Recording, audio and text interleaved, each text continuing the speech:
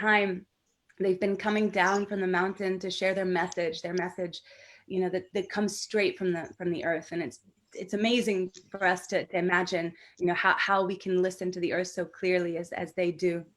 But yeah, we're in very testing times right now, lots of changes, lots of transformation, lots of challenges, both personally and at a community level. And so we're wanting to hear the message and also support the Kogi. Right now they've had a really strict lockdown with the pandemic, with COVID-19, and it's really affecting their ability to access their food and their crops. And so this chat is also in support of the Didona Heritage Trust, which is a small UK charity. It was founded after making the first of the Kogi films. An incredible man who's also on the call today with us, Alan Herrera. And these guys, they work to help protect the indigenous communities and the culture, and in the Sierra Nevada in Colombia, right? And the mission of the trust is to magnify the Kogi's voice, and also to help them defend their culture and its territorial integrity, because land is so important. Land is a part of their family, and so that their culture, their family, all of this it's an effort to protect that and to regenerate it and allow it to thrive, support it to thrive, so that we can learn as well how to better protect our own planet that we all share together. And the Kogi, these guys, they believe that they can help us to keep dangerous and destructive forces in check. So let's welcome these guys, and welcome the Tairona Trust and the representative Alan Herrera, and we've got Mamo Santina there. But we also have my wonderful co-host Antar Carana. He's a beautiful medicine music maker and medicine man, and I've had the pleasure of crossing paths with him a few times as well. And Antar, are you there? Can you hear me, my brother? I am here, yes, Una. Eso, hermano. I can hear you clear. All right. Well, maybe Antar, you could say words and yeah, introduce yourself and this work. Thank you, dear Una, and all the family who made this possible. It's a great honor to be here. It's a great honor to be sharing at this moment and be part of this, because well, I'm here from Colombia. I'm right now in the mountains here in the Andes of Colombia. Very glad to be able to do this, to bring the internet to these places and be able to continue the sharing.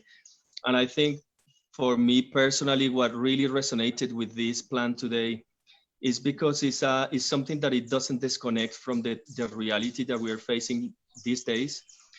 For those who had the honor to watch the documentary, you will see that the message, even though was, let's say, filmed at a different moment and a few years ago, even the first one, even long while ago, they are messages that are just showing us the increasing change and the sort of evolution of the somehow the chaos that we are seeing in the world right now. And what you were mentioning about, for example, the Kogis and different tribes being kind of locked down as well, is a process that we are facing very heavily here in Colombia with all the different tribes, not only from the Sierra Nevada, but even down to the Amazons here in Colombia, and obviously talking about different other countries, I'm sure. But it's very delicate moment that we're facing. We're seeing now that many of the great elders and the very old ones are getting getting this virus, and it's becoming very complicated situation. So I think in a way, this documentary and the are we understanding of the message? Are we getting this message through?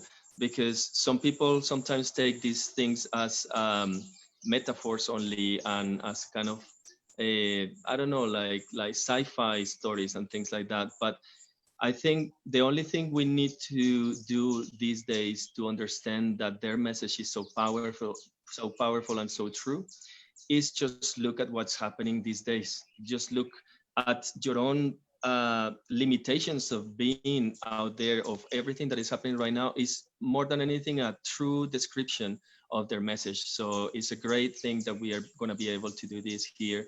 And once again, yeah, from my heart, just as being part of the whole walking and understanding the path of Mamas in China, I was also invited to try and get all the guests that are here, everyone who's here at this very moment, to take a little moment. I would like to invite you to do this just before we continue, just to take a little moment, just a little silence. I have here next to me the grandfather fire, who is a great guardian for this transmission that we're doing. And as we know, sometimes we come from being working on the computer, doing family things, all sorts of things. So it'll be great to just take a little moment of silence and just catch your breath and just really connect with this intention that we're doing here, connect with that camera, connect with all that, and then we move forward. So for that matter, I would like to just offer this little offering into the fire, which is candles that will lead the fire in your hearts, candles that will lead all this intention, and candles that, as we set this fire on earlier on, we said, may these flames, may this sacred smoke here transmit this message as far as we can, to as many as we can, so that some change can be triggered. Because if something we have learned over this period of time is that it's time to reconciliate ourselves and with our families, so we can go out to the world and do a better work. So please take these seconds to go inside and imagine yourself in this candle, so that they will go into the fire and we all together will be as one family here.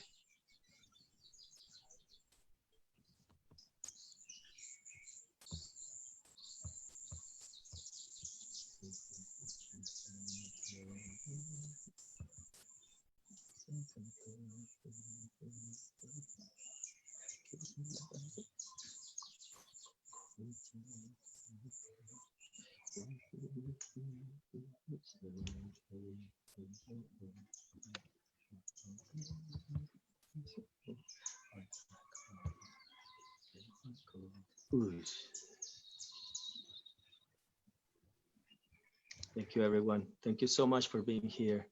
Thank you to all the spirits that make this possible. Thank you, Mother. Thank you, Father, for making this beautiful privilege of being alive. Thank you to all the grandfathers, to all the grandmothers, and to the greatest mother that is going to receive all this goodness from her children, that is all of us. Thank you so much.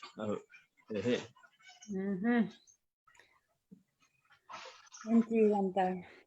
Thanks for giving us that moment to just connect a little bit deeper in ourselves. And this is a really interesting way to do this kind of ceremony, this kind of learning, this kind of conversation, right? Here I'm looking at a bunch of little squares with different faces, and I wanted to also invite you guys. There's a way of listening that's like beyond the words, right? That's beyond the things that are said. And so in whatever way feels right for you guys, each individual soul, try and listen to the transmission that the Mamo is giving. It's a transmission. It's beyond. It's working on many levels of communicating and transmission. So just inviting you guys to tune in to all of that and to really stay with it. Yeah. So thank you so much, Antar. Thank you, Medicine Festival, for putting this together, this incredible opportunity to listen to the message of the mountains. And without further ado, I would like to take us all right there to the mountains, right there to the Andes as well, to a place nearby Mama Santina's house. And he's there, Mama Santina, with Hava, with his wife, with his grandson Manuel, who will be translating from Damana, which is the Wiwa language that the Mama Sanchina speaks, to Spanish. And then Esteban Yepes, who's been working with the Mamas for some time, who will be translating from Spanish into English. So, hello, you guys. Hola, hola, hola. Ahí están, ¿me escuchan? Hola. Hola, buenas tardes para todos. ¿Cómo están por ahí? Bien, bien, bien. Bien. Bien. Qué bueno. Muchas gracias por estar con nosotros. Thank you so much for being with us here today, and sharing this little bit of your home with us, and this little bit of your wisdom. So Muchas gracias por darnos a su casa, por abrirnos su sabiduría y por compartir hoy con nosotros. I guess, you know, that these are very interesting and trying times across the world. And I know that you guys have had your fair share of challenges as well. And you've been coming down from the mountain with messages, you know, to try and wake us up and remind us of the goodness of life. And so I guess my first question, I just don't want to waste any time, you know, I want to go right in, you know, how is the coronavirus presenting itself in your life, and what is your interpretation of this current crisis that we're in? Entonces, una pregunta, ¿cómo Kogi ve el virus? ¿Cómo está viviendo el virus? ¿Cómo impacta la vida de la comunidad? And also the interpretation of what it means for the greater world as well. ¿Y qué viene a enseñarnos el virus? ¿Qué viene a mostrarle el virus a la humanidad?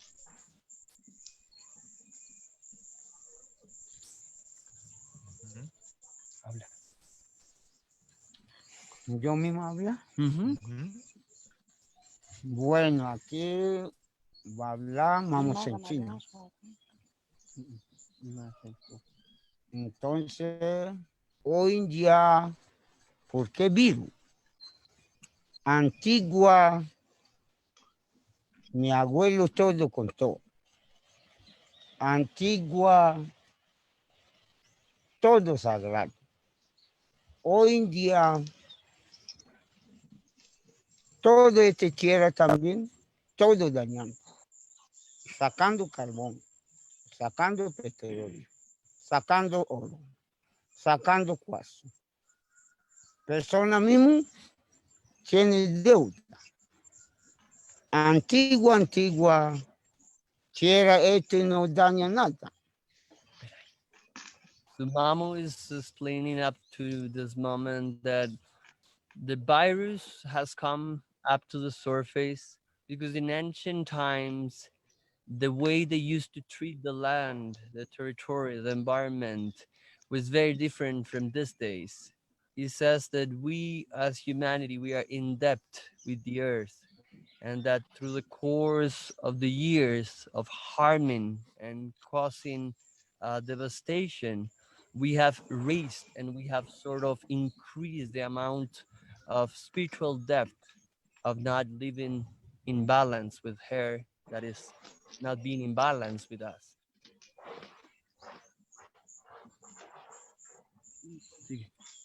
Entonces, hoy en día, antiguo, mi abuelo contó. No hay avión, no hay carro, no hay moto. Afía, aquí Bogotá, 2 meses llegando, pagando, sagrado, agua sagrado. Entonces, hoy en día, este mamachera, mucho daño.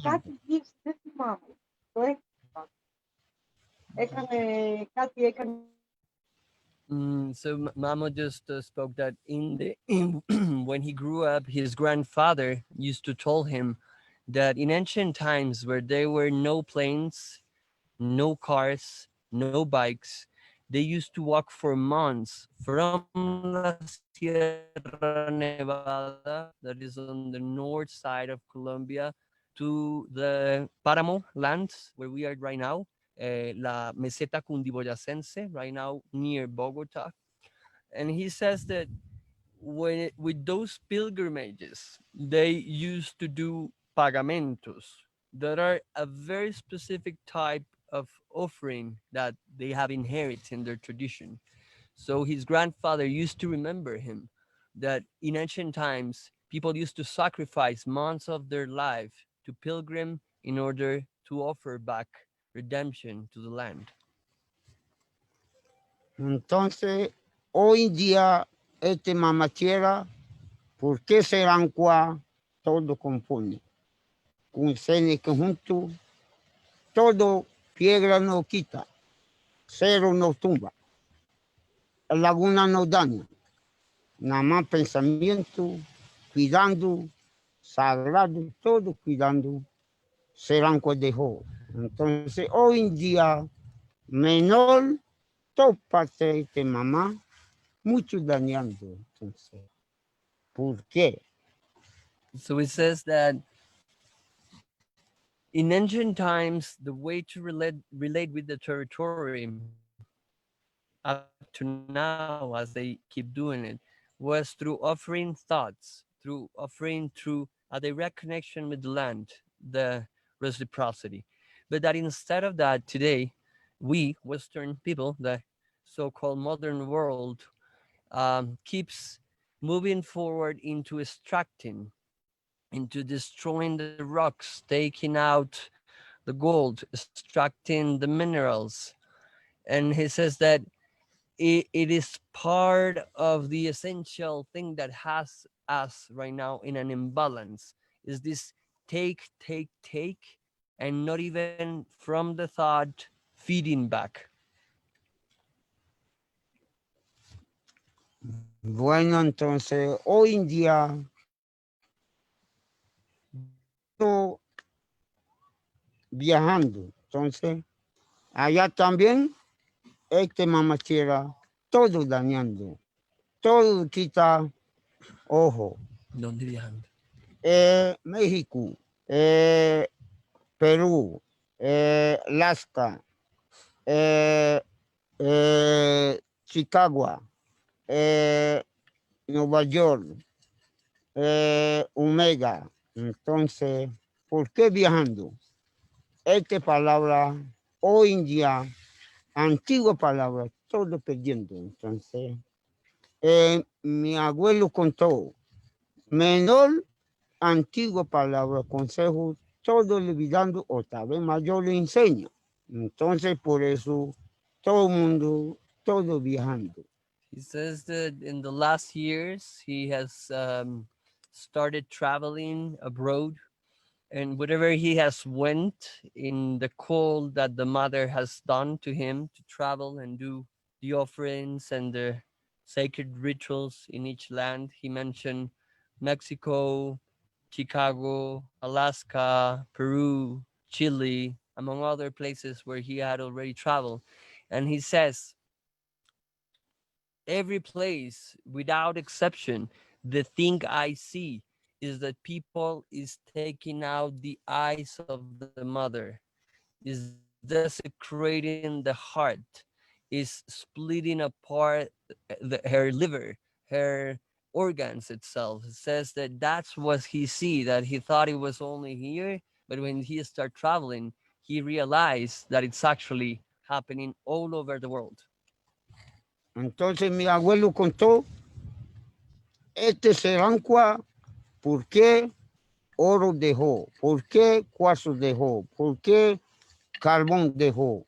¿Por qué petróleo dejó? Entonces, ahora todo le quitando, ahora vena le quita, ¿cómo va a vivir bien? Entonces, hoy en día, menor, ¿qué le dejó Serancua? Oro, agua magre, comida magre, palo magre, ganado magre, venado magre, lluvia magre. So it says, from one side, he mentions Saranqua, it's the great grandfather creator, Seinican, great grandmother, mother creator. He says, there is a reason why they left to us the the caretaking of whatever is under the land, the minerals, the charcoal, the oil, the golden, all of this, the gold, all of these things. And he says, younger brother, referring to us, hermanito menor, forgot that those things are meant to stay under the earth.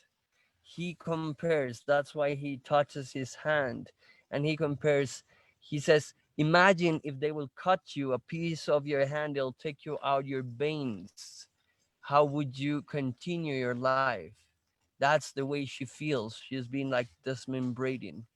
Then he says, what we were given to take care for our survival and living among and within all the creatures of the planet.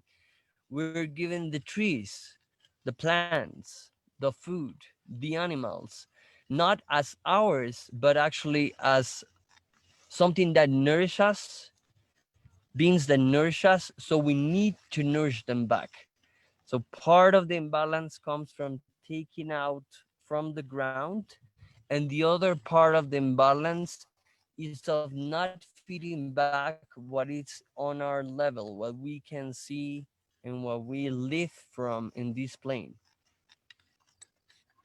Entonces, hoy en día, ¿por qué mi abuelo como colegio, así chiquito, enseñando, mi java junto, le dio popolo, ritual, mujer? Entonces, hoy en día, esta palabra, antiguo consejo, quiere también dañando, personas quieren también dañando, dos juntos. Entonces, antiguo mi abuelo contó, madre comida nos daña, madre agua nos daña, madre palo nos daña.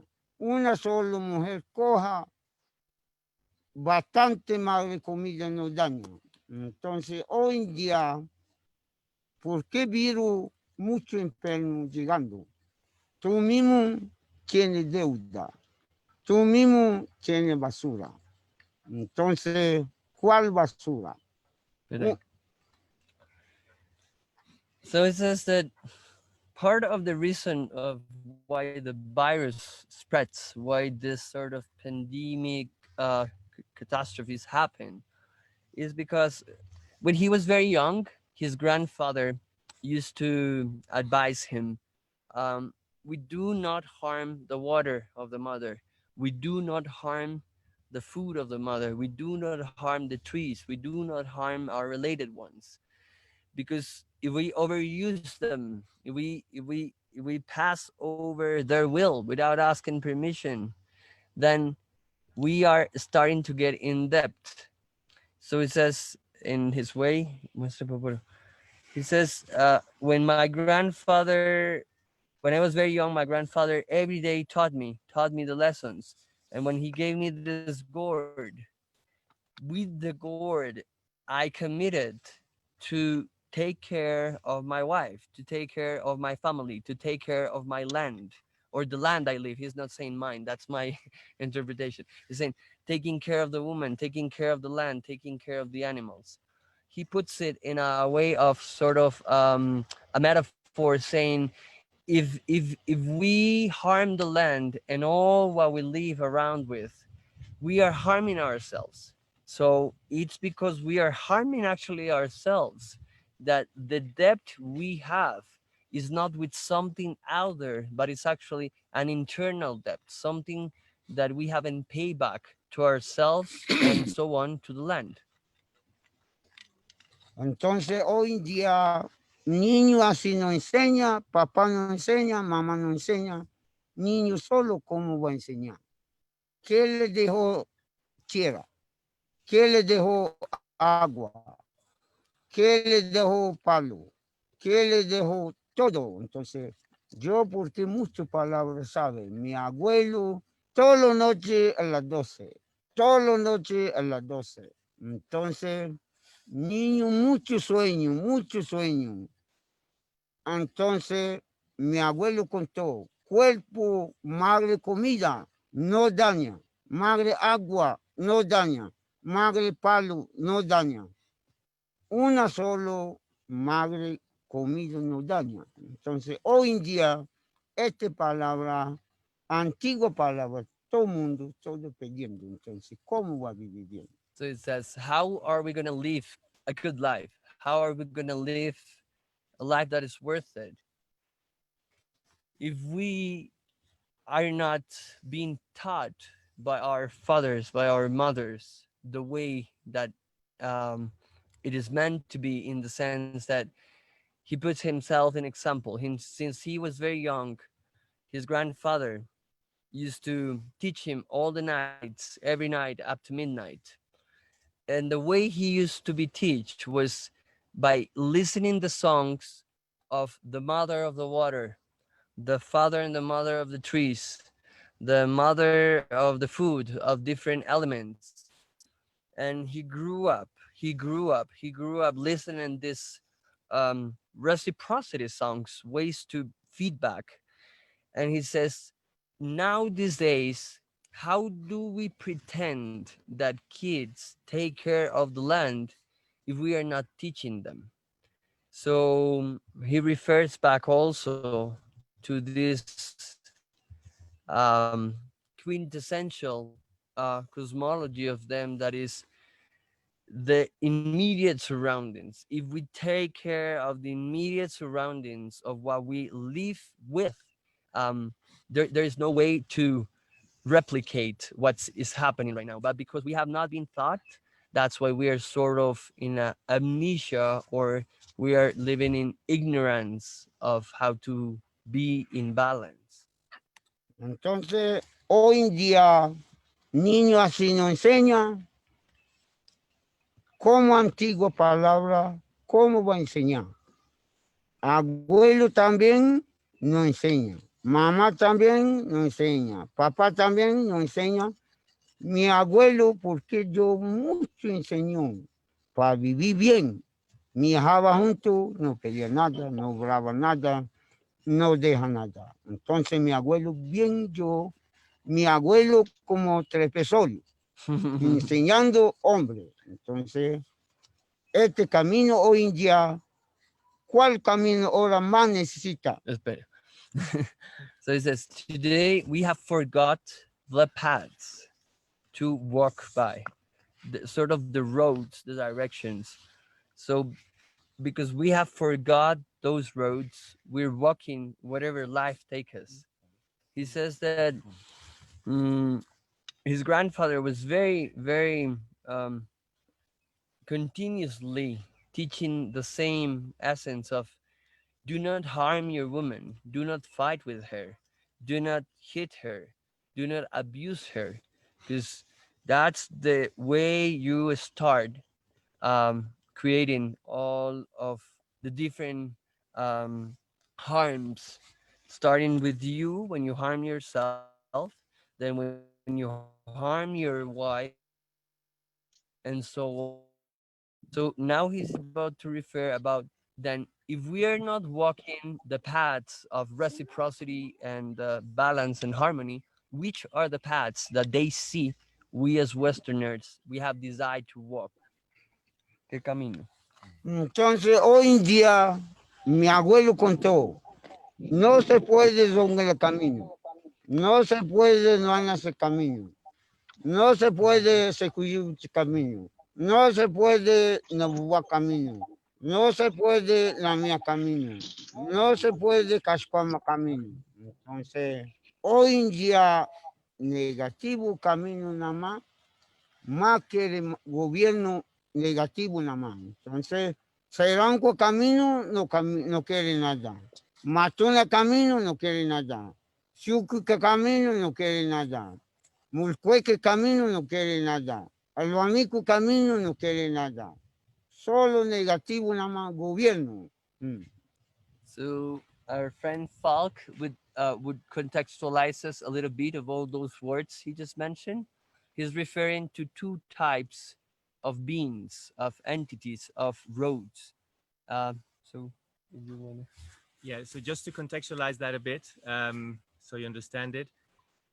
So everything, as he's already implying, everything in the world has its fathers and mothers, and that also includes what we would call negative aspects of the world, such as sicknesses, bad behavior, violence, and so on.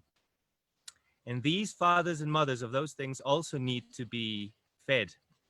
They need to be paid back as well, because if we don't, then their forces will start dominating. And so he's saying that everything he's been describing about the current path we're on is the path of those spiritual beings, of those fathers and mothers that he in Spanish calls negative ones, but they're part of the order of the world. And so they have to be kept in check. And we're following their path, their, as he says, their government, their way of doing things. And we're forgetting about the positive ones. So the negative ones, he mentioned a few, such as Songela, Jantana, Kashkwama. And the positive ones are, for example, Sejankwa, Aluaniku, Siokukui. So we're forgetting about those. And he also stresses that young people are not even interested in following those paths, the right ones, the positive ones. And so the negative ones are becoming stronger. Just a little input there is they sing to the negative, they pay back to the negative. So it's a very non-dualistic way of understanding it. It's not about fighting back, but actually feeding from a heart-centered perspective, not from a lacking craving perspective. But that's just a little input of our little experience with them. Entonces, aquí, ¿por qué te están llamando? Esta palabra junto para enseñar. Antigua palabra, antiguo consejo. Entonces, hoy día, unión así nos enseña qué les dejo tierra, qué les dejo agua, qué les dejo comida. Hoy en día, agua todo seca, ¿cómo va a vivir bien? Comida todo seca, ¿cómo va a vivir bien? Entonces, madre mirando cuerpo, comida. Comida, niño, tierra mirando. So he says that the mother sees us as food. When she sees us as food. So he says, I am here speaking to you because Hate Alan has invited me to express these words, because we are concerned about this, because the water is getting drought. The food is not the quality that it was before. It's not abundant, and he's just going on these things he sees that is afflicting us all, even them. And he is very specific by sort of always putting in the same place the earth, the woman, the man, and so on. How we are we're deeply embedded, and there is no sort of disconnection or separation at all, but actually that's why the mother sees us as food. Bueno, entonces aquí, porque yo mucho palabras sabe. Mi abuelo, a las 5, hablando, sueño ya a las 11 llegando, casi chugunazo, escucha, sueño ya se fue. Entonces, hoy en día, niños así nos enseñan, antiguas palabras, bastante no sabe. It says that his grandfather was like a teacher, trepesol, that's the way he called it, a master, a teacher. And it says, these day kids are very lazy. The kids do not want to spend a part of the night sacrificing some sleep for learning, because they learn in the night. That's the moment where they must learn, through the beginning of the afternoon up to the late midnight or so on. And he sees and he says, how are we gonna learn? How is Western people gonna learn if they are not willing to spend to sacrifice something, for learning back? And then he says, the reason I'm gonna share you these stories and sing the songs that I'm about to sing is because I spend a lot of nights by the side of my grandfather, one night another one, listening the same as many times that I integrated, so now I can share it with you all. Mito, canto, Mm. historia. ¿Qué? Historia, canto. Mama, Mm. Mama, Mama Santina, thank you so much. I think that this would be a good moment perhaps to introduce the concept of Jingoneshi and Yes. to give more context for the viewers as to the totality and the importance of our engagement. Entonces una le pregunta que cómo explica para Bonachi Jigoneshi. ¿Qué significa Jigoneshi? ¿Cómo funciona?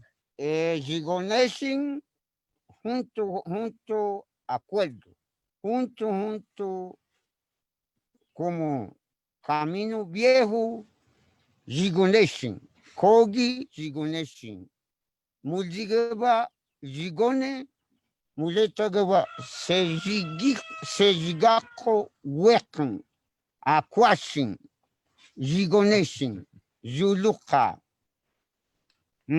Doina nanina ezwa hingula jigone wakwen akwashin. Mujigeba. So Jigoneshi is about working together, bringing together different words, as he says. By that he means different languages, but also different ways to think, in order to reach agreement. So whether that is the Kogi and other indigenous people, the younger brothers and the Kogi, or different kinds of younger brothers, it's about coming together, bringing those words together, reaching that agreement, and walking the same path. That is building Jigoneshi. One word he mentioned was Juluka. Juluka Agreement. jigoneshi. It's agreement, and Agreement. it's not also like when the rocks embrace, when the tree roots embrace the rock. That's Juluka. You know, the tree is an entity and the rock is another one, but they are interwoven. And another way we get to translate or interpret Jigoneshi also is, may we live in unity, not at the expense of diversity, and may we live in diversity, not at the expense of unity. Is that sort of fine border in between? Siga. Kogian. Entonces, nabula llegan la juega. Ingile mujigibasi, naksun. Ikinazina, ingile nugaji neyakan, jega naks. Aze hai, wiwich mujigiba, bogutachi mujigiba, kogichi mujigiba zinake, dulaksha, hina, kalwasija, ezo abigaba, zumawasha gwunye. Haba nye, numa tungwa kwadzikana lana.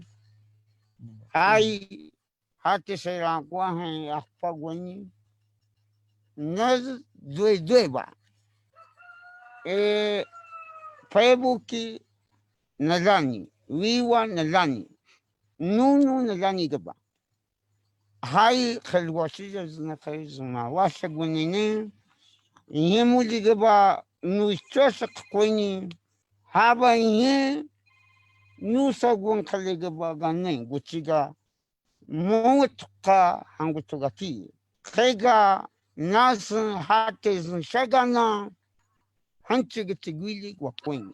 Gwenene kega nichi hate nu arduni gabaga yijanka wuchaz naqe saki gujikane ni nu khana guchiga saki kulaba na jikane hatimul koku ki zaziga pana nasa khagabojega zingchaji zigi chaljinga baka yega pastu nu khana guchiga ayega swishinga nalana Henye machigya wajibunya kakulika haba yenuskwa kakwajajka i hata seiran kwa nu haji arlu muldi kakwajajka zumawasha gunene kaiga jun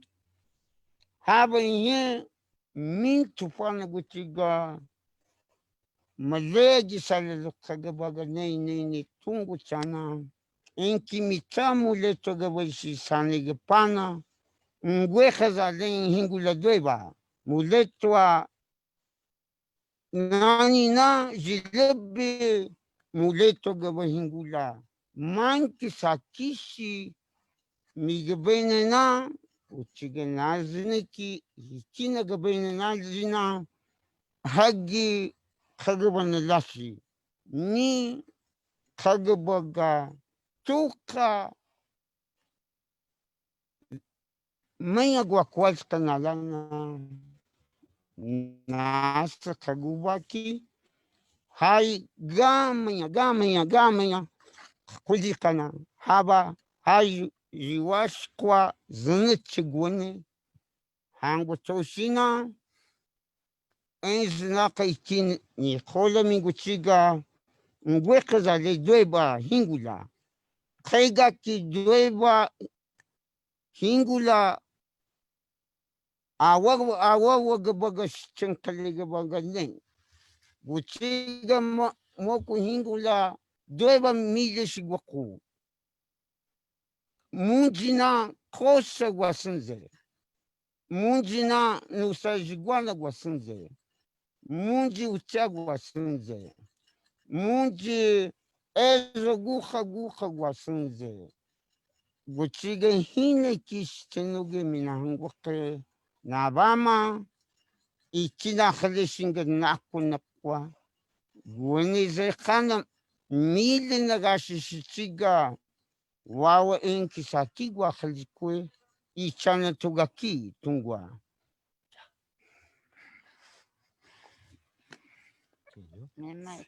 habla. Um, so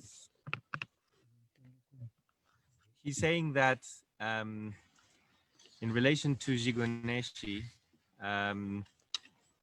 he's been to different places where different languages are spoken, different ways of thinking, such as English, and he says there's Spanish here in Bogota, there's other indigenous people, there's French, and so on. And so this coming together of bringing words together has to be centered around the things that the different spiritual fathers and mothers created. So the water, the trees, the stones, etc. That is where agreement is reached, on that common basis that we all share, that we all have to deal with. And it's about asking why did those spiritual fathers and mothers create those things? And how did they create them? Because only with that understanding can we take care of them. And it is that understanding that people have forgotten, that knowledge, that awareness. And so he speaks from an old path, he says, Dueva, in order to try and recover what we have lost on this new path, which, as he already said, is the negative one. So it's also about recovering something from the past, something how things used to be, how we used to do things, and trying to apply them now. And that implies knowing again how things work, why they are the way they are. And it is in that way that agreement can be reached on that common basis.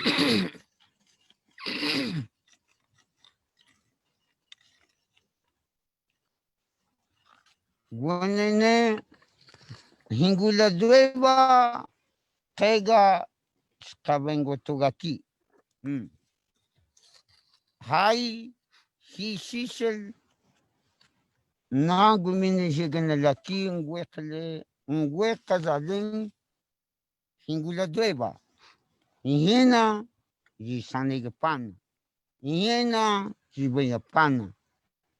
Inhena muletwa ijenkane jibaya pana. Hingula deba. Zankabasha gunene. Hingula deba ninkaunki ai neyetugaki. Uchiga hingula awawa nukane pana. Zekati kaiga nijega ngweka zalen asano nama kana pana gupana kuchiga mujina machiaze tungo nye kagi jega mujinga hata sera kwaha akpagonani ikina lana muji azeaze nanene kaiga muji naze sharla ichanasa ezwame nabuwa chihingula kashkwama chihingula kabeja chihingula nuka niyepana tungwa buchiga niznake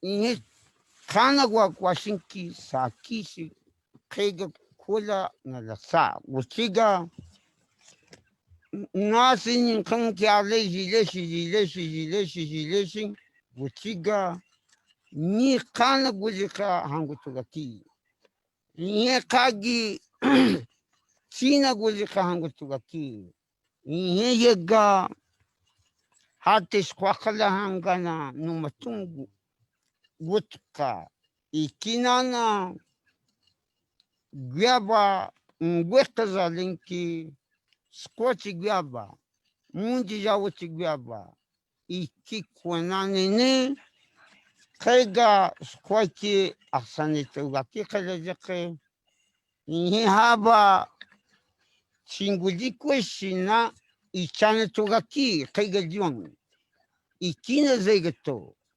gwenene ihe mujige bwana ale jibaya pana ale shisha pana kaiga gwakwaji ka hate mulkweke kaiga juang hate mulkweke chihingula neye tugaki twa hainana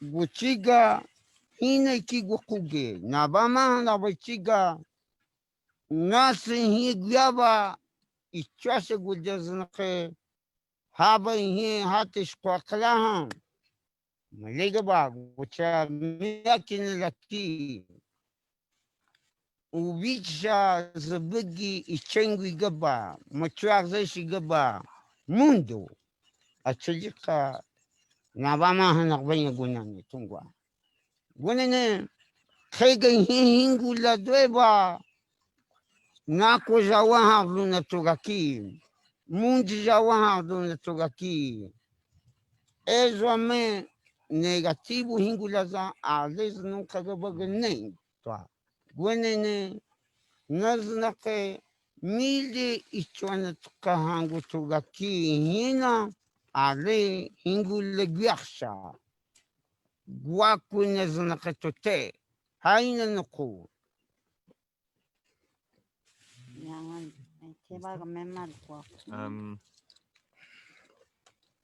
So what he was saying earlier about remembering why things are the way they are and how they were created and why they were created is also about remembering what we should not do, how we should not behave. Because that old path he mentions that is that he was brought up with, that his grandfather taught him, and that belongs to his people. Because he also said that the Kogi are the elders, the elder brothers. And even other indigenous people are younger brothers to them. And so are the rest of us. That old path is also about being very clear about what not to do. and what not to do was also established since the beginning, since the world was created. Not only how things should be, but also how they should not be. And that is what he calls yuaba, which is consejo in Spanish. In English, it could be translated as advice. It's in creating things, these spiritual fathers also created the rules of how to behave in relation to those things. That is gyuaba. And that is the gyuaba that people are not following now, and that we need to recover. And so he was giving a few examples of this incorrect behavior nowadays. He spoke about men who think about women a lot, who go off with that woman and then with another woman, don't stay with one. And inversely, he also spoke about women who are doing similar things and having their mind elsewhere, not focused on their partnership, on their family. So these rules include interhuman relationships as well. And so that all of that is part of a wider order, a law that governs everything. And that is what people are not following. And he mentioned Mulkweke, for example, which is the spiritual father who in the creation was responsible for making sure that those rules were followed. And so that's another thing we have forgotten about, Mukweke's teachings. And he mentioned Sejankwa, which is the creator of the earth. So all these things he's been mentioning, the water, the trees, the stones, they are on this earth, which is Hava Senecan, Mother Senecan. But Sejankwa was the one who organized all of those things. So basically, he's bringing together the notion of order, of the order of things, with the teachings of things. In other words, right behavior. It's an ethical matter. So it's by bringing those two things together that, again, we can come to this agreement and that we can recover this old path. Remember the order of things as a lesson that we need to remember, but also start teaching our children, as he said, you know, we're not teaching them, and they are also not interested in that.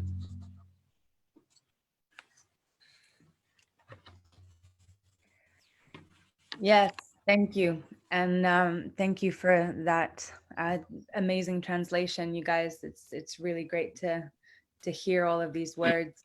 I see the mama's gone for the drum, which is great.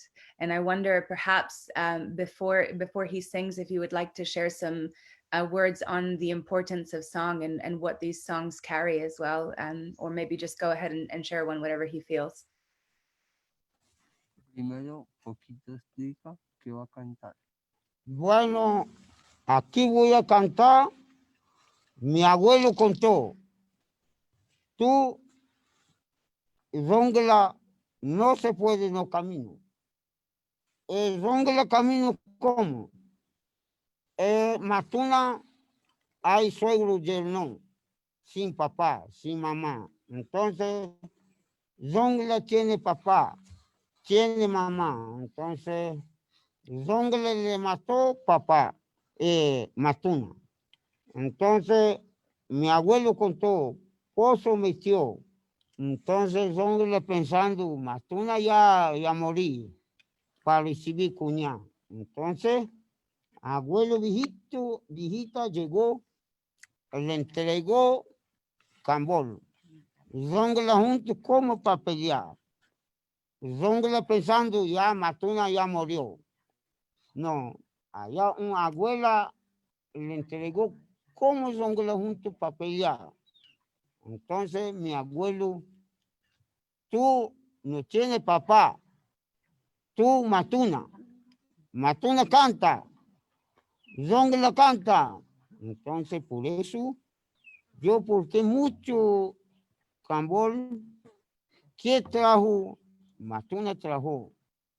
Róngela también tiene cambol. Matuna también tiene cambol. Junto, cantando, peleando.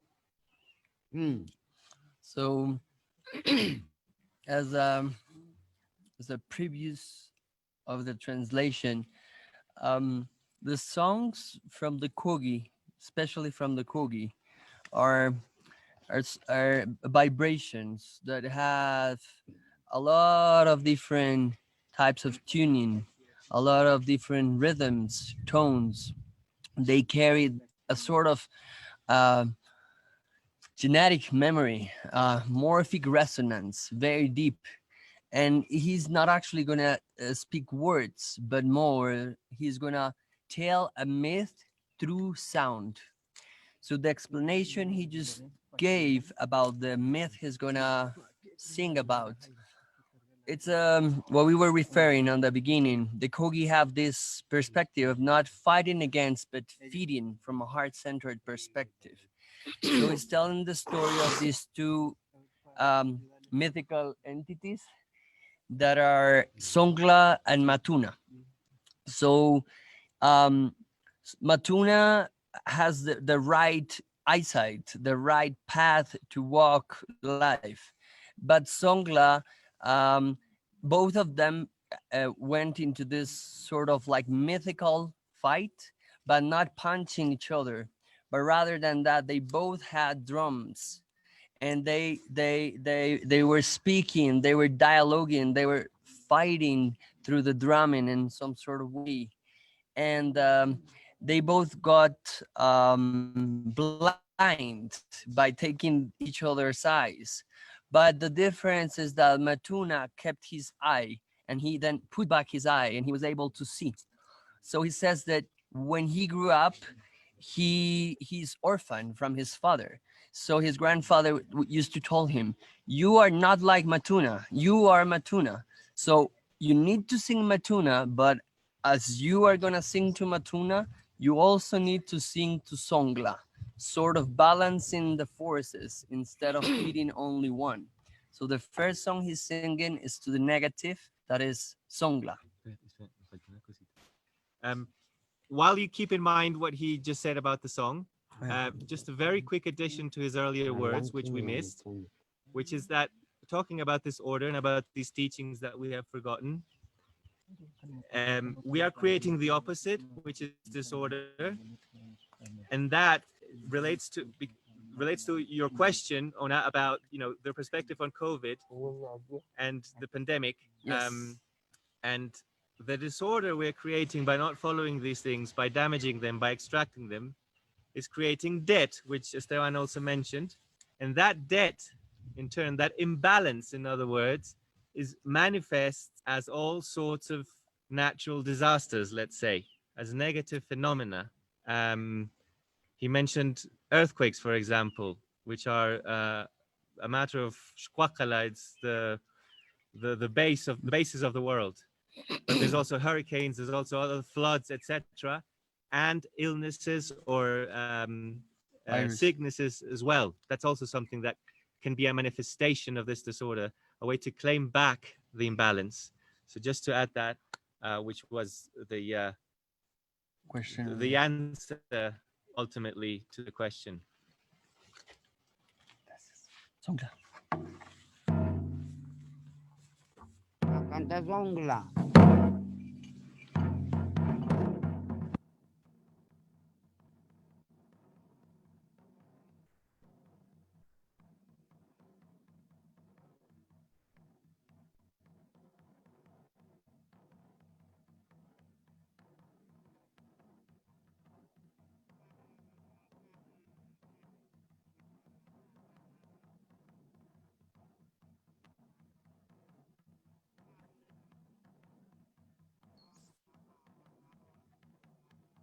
All right, you guys, I'm going to check if the sound can come back on.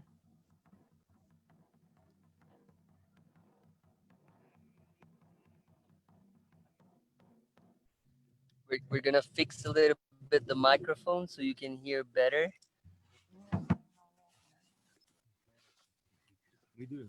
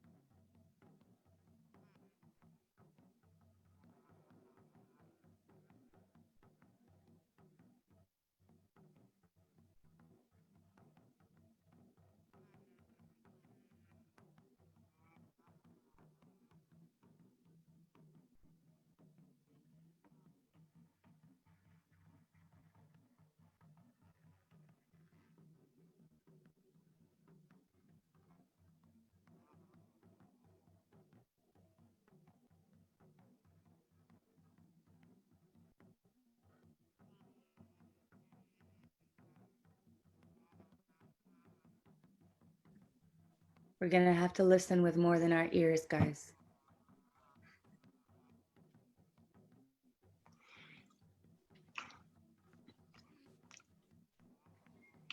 Perhaps we could extend the discussion a little while we are waiting. Perhaps there are questions that can be answered by other than the mama if he is at a moment's silence. Right. Esteban, I think it's a distortion with the sound because of the microphone. Esteban, you need to hit the screen button that says turn off original sound.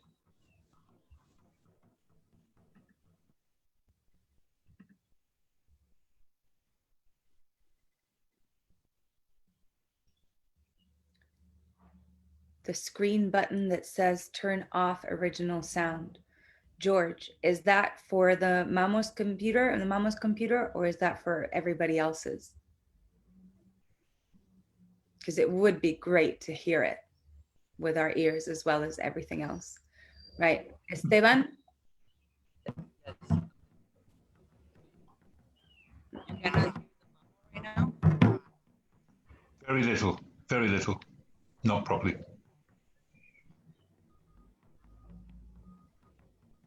Oh, Out there. that's better for a moment. A ver.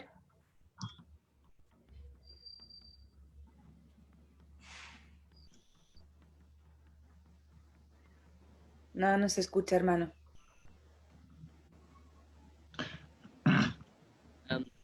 It's something about the vibration of the drum that is very, very Are we hearing? intense. We're hearing. He's about to switch to the maraca. So let's just give him a minute and then we'll switch to a more lower. Good idea. Thank you.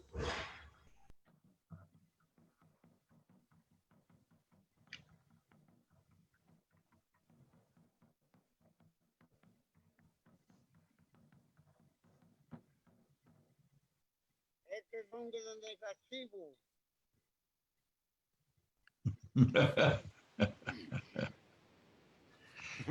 Vamos, tambor mucho. No se escuchó, mamo, pero se sintió. Entonces, maraca un poquito lejos. Mejor porque tambor mucho duro suena. Sí. Bueno, aquí va a cantar. Do you hear it there? Yeah. Canta duro.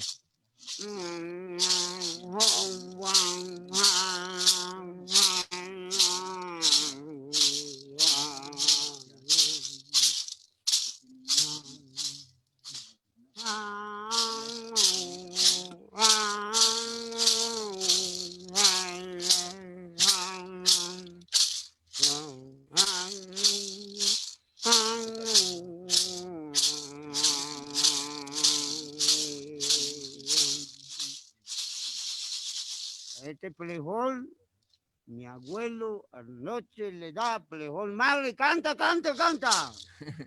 It's saying that the song of the bean. Every time that his grandfather used to feed him beans on the afternoon, then he would say, now let's sing to the beans that we ate this afternoon.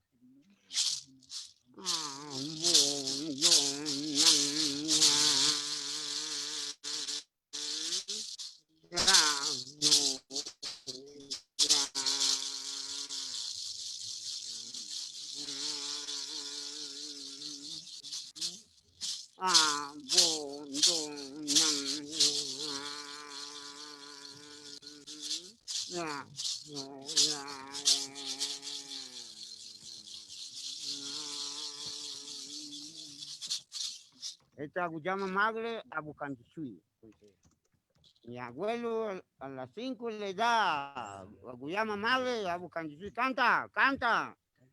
So this last one was pumpkin.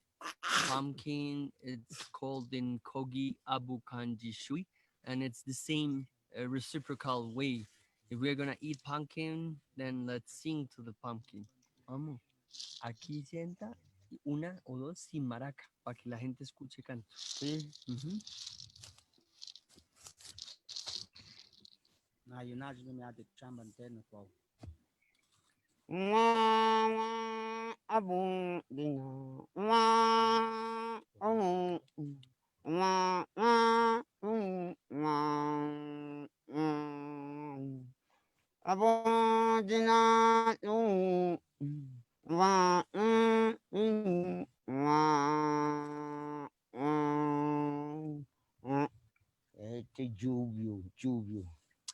This is the song of the rain. Mm.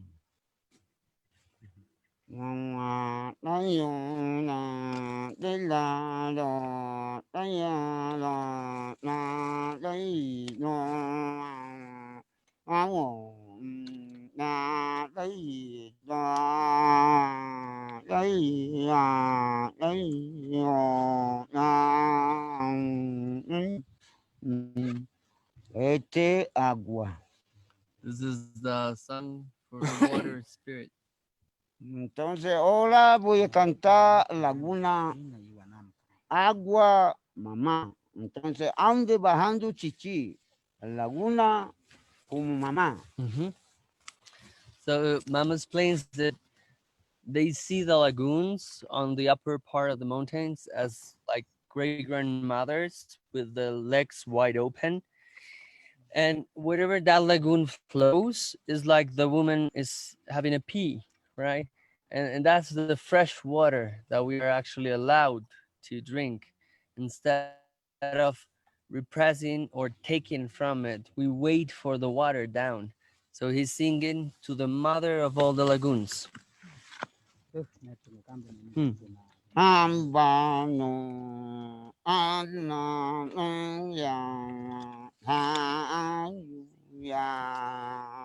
Amma, ya, Nano, ya,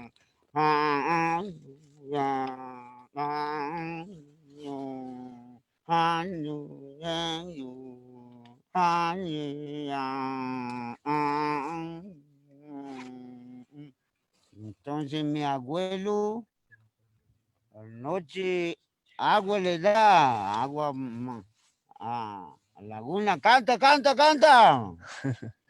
This is the same saying. My grandfather used to tell me, go for water, and then he'll go to the water spring and bring some and drink. So he was very insistent in the night by telling him, canta, canta, canta, sing, sing, sing, feedback. Entonces hoy en día el niño así no enseña, solo tumba. Mi abuelo, agua bebo, canta.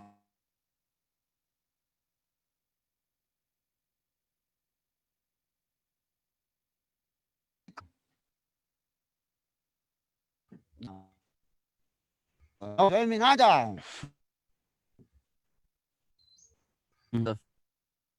They eat meat. It's part of their diet, and they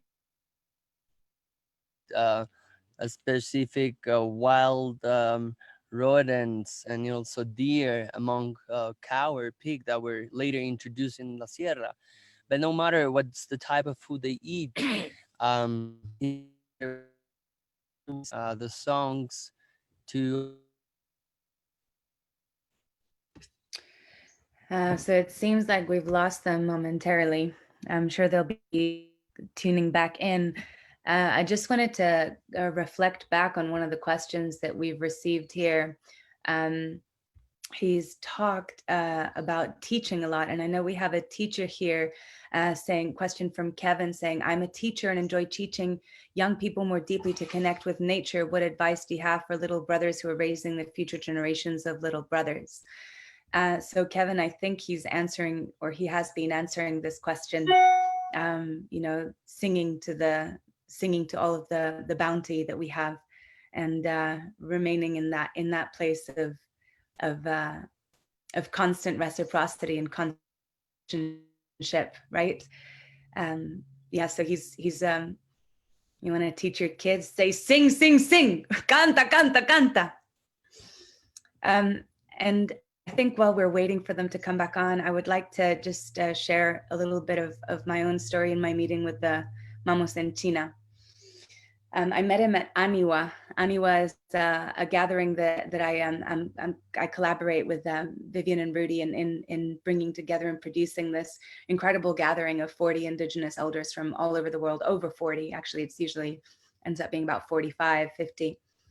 And in this gathering, they were there, and on the first day of our sort of introductory ceremony. We were all there and everybody was sitting around, and we had all these magnificent elders and all of their ancestors that had come with them. And Mama Santina kind of just gets up and starts singing. And then he sings first to the bees. And then he sang this very strange and very weird and wonderful song, much like you've heard now a little bit, which sort of completely disoriented all of us, right? And was like, oh, what's happening? And then he sang another song very swiftly afterwards. He said, now I sing to cow mother. And he sang this song, and then he stopped again, and then he said, okay, now I sing song ants. And he sang this, then he stopped again, and then he said, okay, now I sing for condor that flies over. And it was a very unexpected offering that he made to us. We were kind of all in a very sort of very formal, and everybody was sitting down, everybody was listening and doing the kind of thing that you are supposed to do, I guess, in ceremony. And you know, a lot of people, you know, not having a lot of experience with Indigenous people, were just sitting there very sacred and very kind of listening. And everybody was disoriented and shook, right, by this sudden offering from the Mama Santina. And it really struck me, and it stayed with me. And I had the opportunity of asking one of the guys that has been working with him afterwards. I was like, what was that? What was that? Like, what happened? What is that? Because I felt like there was really something there, you know, that there was something there that was just so profound and authentic, and I wasn't capable of really grasping it. And he said, you know, when the mamas sing, they don't sing to something. They don't. It's a little bit like Esteban was relaying before. You know, they don't sing to the hummingbird. They sing the hummingbird. And as Mama Santina was saying before, you know, that you don't sing to the water. You sing the water. And so these frequencies, they're a transmission, they're a vibration that is directly intrinsically linked with the actual vibration of the thing that brings that life form or that form into being and manifesting in this world. And so it's a really interesting way. I just thought I'd share that because it's sometimes it's hard to listen, and it feels very strange, but that's the kind of closeness and intimate relationship that they have. And, you know, I'm sure some of you have seen these things on YouTube, these experiments with the rice that they put on top of like a vibrating frequency of sound, and the rice makes all of these different patterns. And if you haven't Googled it, just go on YouTube and just do it, because it's beautiful and fascinating. And so frequency has these forms that frequency brings into being. So when the mamas are singing, that's actually they're singing that. And so they were singing the bees, because the bees are, you know, with every home that they build, with every day that they nourish themselves, they're engaging in this sacred reciprocity with everything. They're the queen pollinators, you know, they're like, so when they sing for the bees, they sing for that relationship to come down, and that frequency to come down and be with us all, be with us, the bees. And when they sing to the cow mother, you know, it's abundance, it's nurturing, it's the sense that, you know, you have enough milk to share with many more than your own offspring. And when they sing to the ants, you know, the ants are the sacred macroorganism, they all work as one. You know, and so they're singing that vibration to being. When they sing the condor, they're singing that this, like, to bring down the frequency of perspective of that. And obviously that's very limiting because I'm using words, right? I'm using words to try and put a my level understanding of what it was that happened. And that's inherently kind of practically desecrating what was actually happening. But it's just, it was really useful for me to hear, and it really useful, I think, maybe for me to share at this time, you know, when they're in that transmission. So I think now I believe they're with us again, but until they hop back, I would just love to introduce this incredible man, Alan, a few times over Zoom now, and I'm really grateful that you're here with us today, Alan. And they're back, so I'm just gonna say thank you for a second. Esteban, Mama, gracias, Mama. Está ahí en las montañas, a los espíritus de toda esa tierra. Muchas gracias por todo lo que ha compartido. Ahorita vamos a preguntar a Alan, al hermano Alan, para que comparta también su historia, y luego vamos a regresar con ustedes para que estén, ¿ya? Okay. So Alan, you have made 2 incredible films that are just really managed somehow to encapsulate this essence, as I think as any film can do, right, in this kind of limited way of storytelling as well. You know, you really have brought forward 2 masterpieces, and I think that speaks a lot to you know, the way that you really made an effort to try and begin to understand them. Love for you to share your experience and sharing your time with them and what this story has brought forward for you. Thank you, Alan. Thank you for saying those things. The films were not really made by me. I was helping them speak. That was my function. So they were running the productions, both shows. They were running the productions. The mamas had never seen film before we did the first one, but they understood it extremely well. And often they came up with ways of creating visual expressions of ideas which were better than my own, even though that was a completely alien medium to them, because actually they work in thought, in intelligence, and that's what makes it work.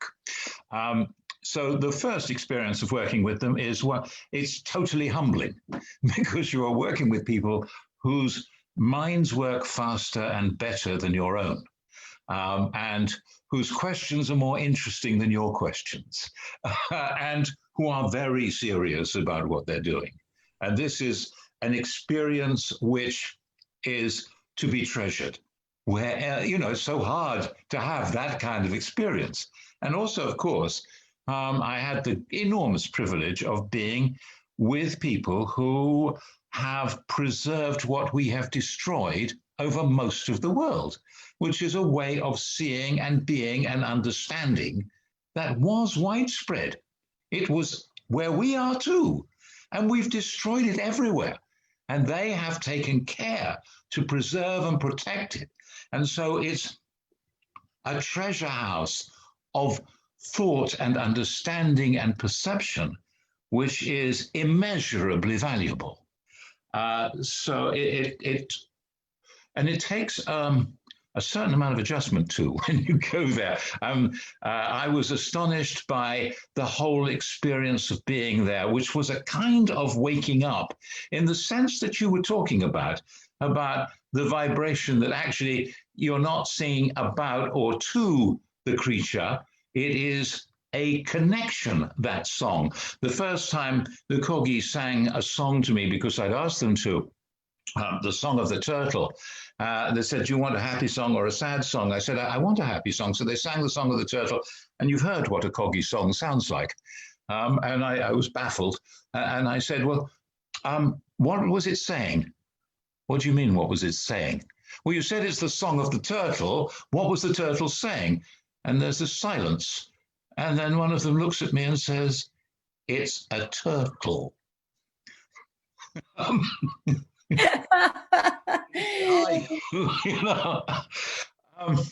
then I began to get some inkling of what's actually going on, which is not a Western type story song at all. It's got no connection to that. It is a turtle. But the main thing that has come through to me in everything that the Kogi have taught me and shown me over and over again is this Zingoneshi word, which means a complete connectedness between everything. And this is how the whole world is organized. So everything owes to everything else. Everything participates with everything else. And we are part of that. And anything you do that damages those connections, that breaks and ruptures them, damages the whole thing. And this is what we have been doing, and this is why the Mama talks so much about the plunder and the links between plundering the earth and the coronavirus and all the other things that are going horribly wrong. All that is what the films they've been trying to express and explain in the films that they made with me. Of course, we see it accelerating, and it's very important for us to recognize that this is one phenomenon, not different phenomena, but one phenomenon. So that's the fact that on Saturday, the temperature in what is in winter the coldest town in the world, in Siberia, the temperature on Saturday was 38 degrees centigrade. Yeah, exactly. That is the same thing as the disappearance of what they call it the Sierra Nevada, that mountain, but the Nevada, the snow peaks, the glaciers have gone. And it's the same phenomenon. And it is the same phenomenon which produces not only the coronavirus, but other pandemics. It's the destruction of environments that change where things have to live. And those things find other places to inhabit. And we are included in those other places to inhabit, as the World Health Organization was saying just last week, connecting coronavirus and the other pandemics like SARS and Ebola to destruction of environment. And the Kogi have been talking about this all the time. It's all one thing. It is all tied together. It is all connected. And if you think you can deal with it one bit at a time, you are not doing anything good at all. You are in the process of continuing the destruction. And we have a very short time to grasp that the world is an infinitely more complicated living structure than we are prepared to consider. And we need, above all, and this is what they've been saying to me over and over again, step back. Just step back. Don't do so much. Yeah. Alone. Let the earth recover and heal. Do not keep destroying it. Yeah. That's it's yeah, and it's you know, the message from the Kogis, and it's the message from all great spiritual lineages, Yes. you know, that from around the world that have, you know, come out of the woodwork almost recently, you know, in the past few years, that all across the globe there has been this transmission of, you guys got to go down from the mountain now, and you got to tell these guys that it is on right now, that we need to like take a moment. And this is not an ethical message. It is not a moral message. It is a practical, earthly, physical message that if you throw a big stone up in the air, it will fall down. And this is what we do. Alan, I would love to hear you talk about the Tairona Heritage Trust and a little bit about what you're doing there right now, and a little bit about what we can do as well to support. Okay, the Trust is engaged in two major projects now. The first is an emergency one. As you said at the beginning, the Kogi, they have taken the route that, of course, they took 400 years ago. They have retreated. They've gone into hiding. They've disappeared. This is their defense. That's how they've survived. That's why they're there. They stand a decent chance of making it work again. But this time what's happened is that they are cut off from their own food supplies. They can't get to their own farms. And so they are in danger of starvation. And they've put out an emergency appeal for assistance. And they set up a system for handling it. They have behaved extremely intelligently and carefully about it. And what we're trying to do is gather funds in order to ensure that they are kept alive while they're cut off from everything. The same problem, of course, that many of us have. We also are cut off from a lot, and a lot of people have lost their incomes. There is this problem of survival. But those of us that can afford to provide some help to the Kogi, they are deeply precious. And that's one of the things the Tairona Trust is doing. And right now, we're trying to raise money in order to do that. The second thing we're doing is more to do with trying to reverse the destruction that's taken place. So we are working with, we're bringing together Kogi mamas and Western scientific experts to show that Jingoneshi working together using different forms of knowledge, indigenous knowledge and Western knowledge, can actually reverse some of the damage that's done. Specifically, we have a project which has been developed with the mamas, which is to, all the springs in the Sierra have been dying up. As the glaciers have gone, the trees have dried up, the rivers have dried up. Santa Marta, the great city at the bottom, has a water crisis, although it's at the foot of a rainforest with supposed to be glaciers at the top. There's no water, the rivers are empty. So what's happening is that we are trying to give a demonstration of how a dried up spring can be made to flow again. Wow. Yes. Now, this is a model of healing the earth. We're doing it in conjunction with UNESCO. UNESCO has set up a project called Bridges, which is precisely that, bridging different forms of knowledge to bring them together with a common purpose and demonstrating the scientific validity of indigenous science with Western scientists. And so that is the other project we're engaged in, which is actually a hell of a lot more expensive than the emergency feeding program and needs serious funding. But that we have another, Bridges is now just coming back to life after the initial stasis of the coronavirus. And we are going back into meetings with them in order to develop the project with the mamas and with local environmental scientists. And the idea is to resurrect a dried up spring and restore life to the land. Thank you so much for doing that work. I can't wait to see. I presume you're going to be documenting the process. Obviously, it has to be fully documented. It will also be part of a local education project, which is involving local people. We want to show people how this is done, and it has to be a kind of template. Beautiful. Well, that's I'm in. I'm all in. You can see I think Annie Klein has just very graciously linked up in the chat the HTTPS address of the Tyrone Trust where you guys can donate. And so, you know, this is a very, very useful thing that we can do right now, is just share our resources. And when we come together like that, we can actually make a difference for a huge project like that that will benefit the whole. And so I really encourage you to do that right now. So I'm just gonna copy it, and maybe actually, Annie, could you just do it again, just so that everybody has it like very, very nearby the bottom of their screen? Could you just share the address again so that everybody can donate?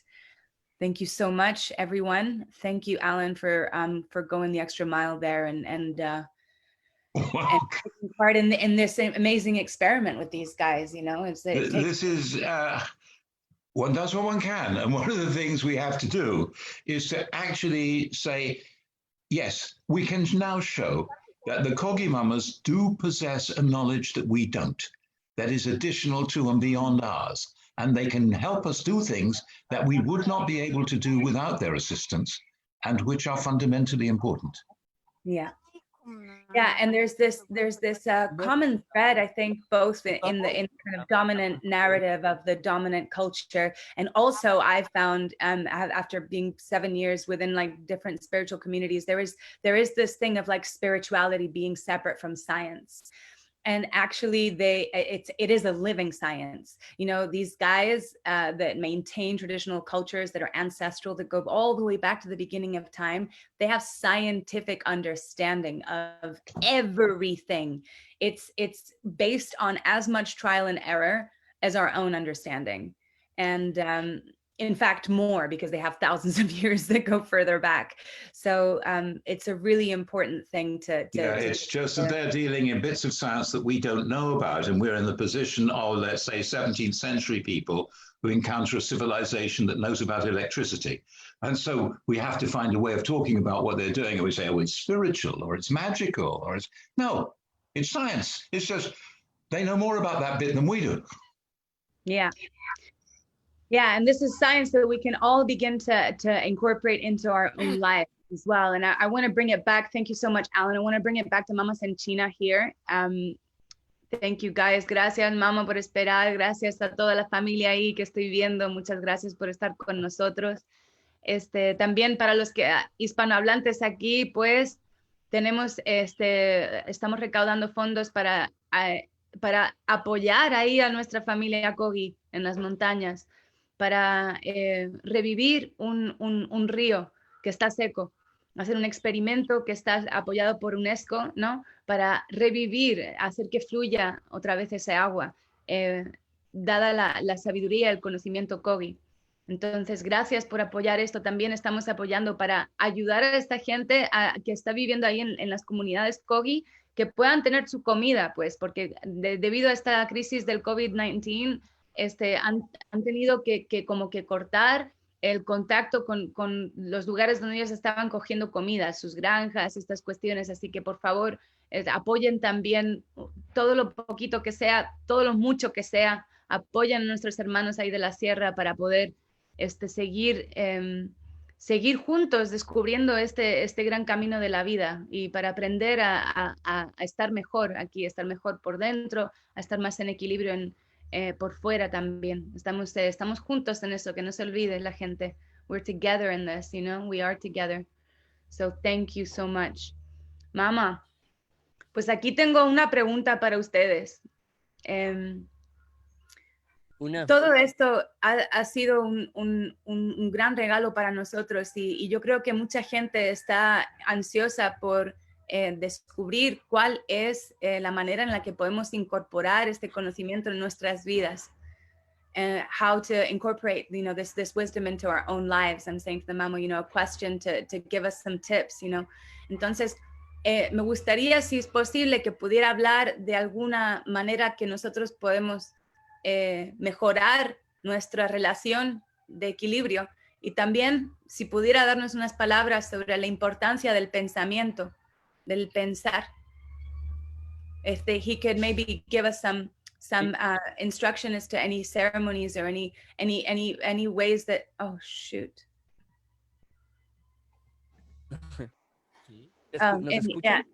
Any ways that we can, sorry, let me just say it in English. Any ways that we can incorporate some of these ceremonies into our own lives so that we can go into greater balance with the world. And also, if you could give us some words on the importance of thought. Ahí pues, estamos junto con ustedes.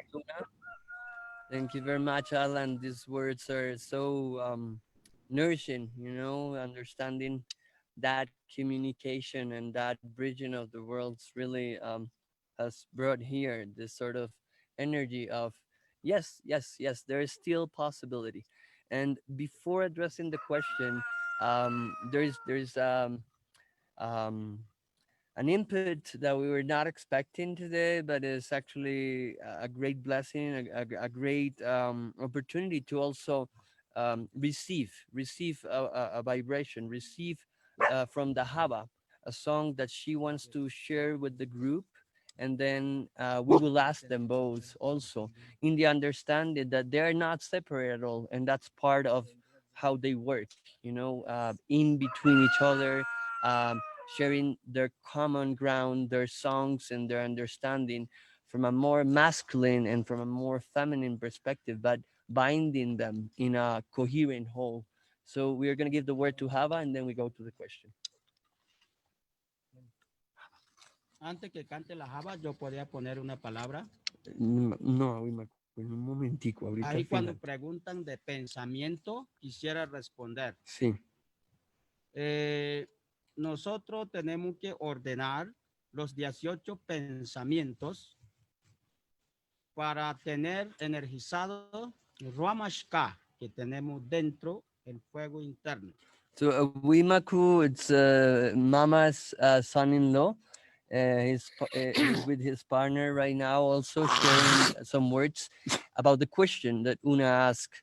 And he says, the first thing that we need to acknowledge is that there are 18 ways of organizing our thoughts, sort of layers of the thoughts. So the first way to start reconciling ourselves is to understand our own first ground, where our thoughts come from. Sí. Eh, yo le mandaría un mensaje. Yo soy este es mi hermano, es mi suegro. Yo soy Mamu Avicen Avimacu Cacamucua. Vengo de la etnia Wiwa y Kogi, de la Sierra Nevada Gonavindúa. Yo escuchando la palabra de ustedes y las preguntas, yo me estoy dando cuenta de que toda la humanidad quiere una información concreta de cómo podemos ordenar nuestra casa ceremonial, que es el cuerpo, y ordenar los 18 pensamientos. So Wimaku shares that he comes from a Wiwa Kogi, his intertwine, and he shares that this question he has heard it over and over and several times. It's how do we actually can do something to help to as Alan said, to step back in some way. And he says the first thing is to understand that the first temple that we inhabit is our body.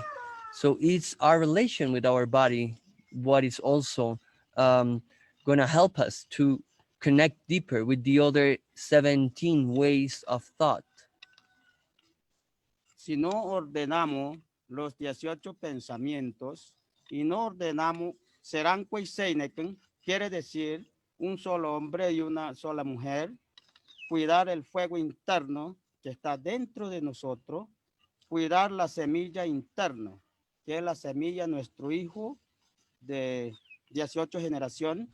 So he says that the inner fire of the human being passes along by for 18 generations and more. But that inner fire needs to be in balance in order for the generations to come to actually be born with another mindset, with another way of relating with each other. So he's just referring to that specific aspect of first changing within ourselves that ground, that essential thought ground. Cuando nos ordenamos nosotros, se ordena el territorio, se ordena el aire, se ordena la luz, se ordena el fuego. Primero tenemos que ordenar para abogar por Abu Senulun, la madre tierra.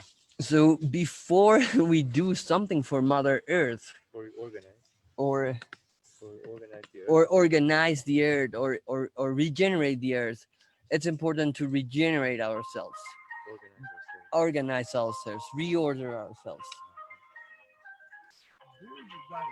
Entonces, nosotros los mamos estamos haciendo Agangwashi y Yonageshi, y estamos invitando a la gente que quiera participar, integrarse a este propósito.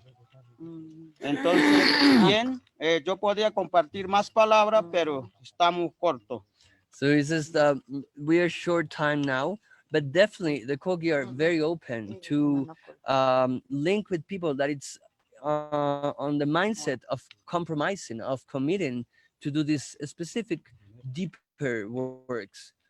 But he says that it's very short time. It's very difficult to do it through internet, right? And on our Wimakus. But we also will ask the question to Mama Senchina for hearing what he has to say about it. ¿Quiere cantar, Java? Sí. Bueno, ahorita the Java is going to share us a song from hers.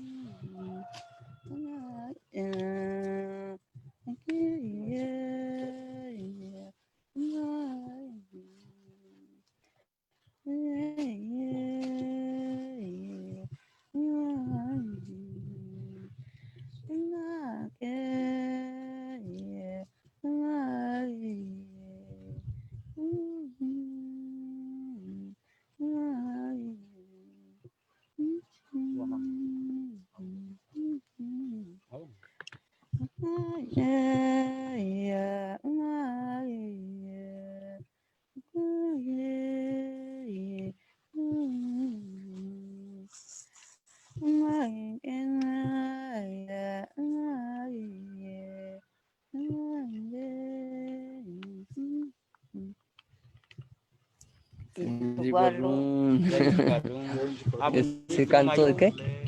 Yuca Monsalvo. Yuca. This is the song from the cassava, the sacred root they eat on daily basis.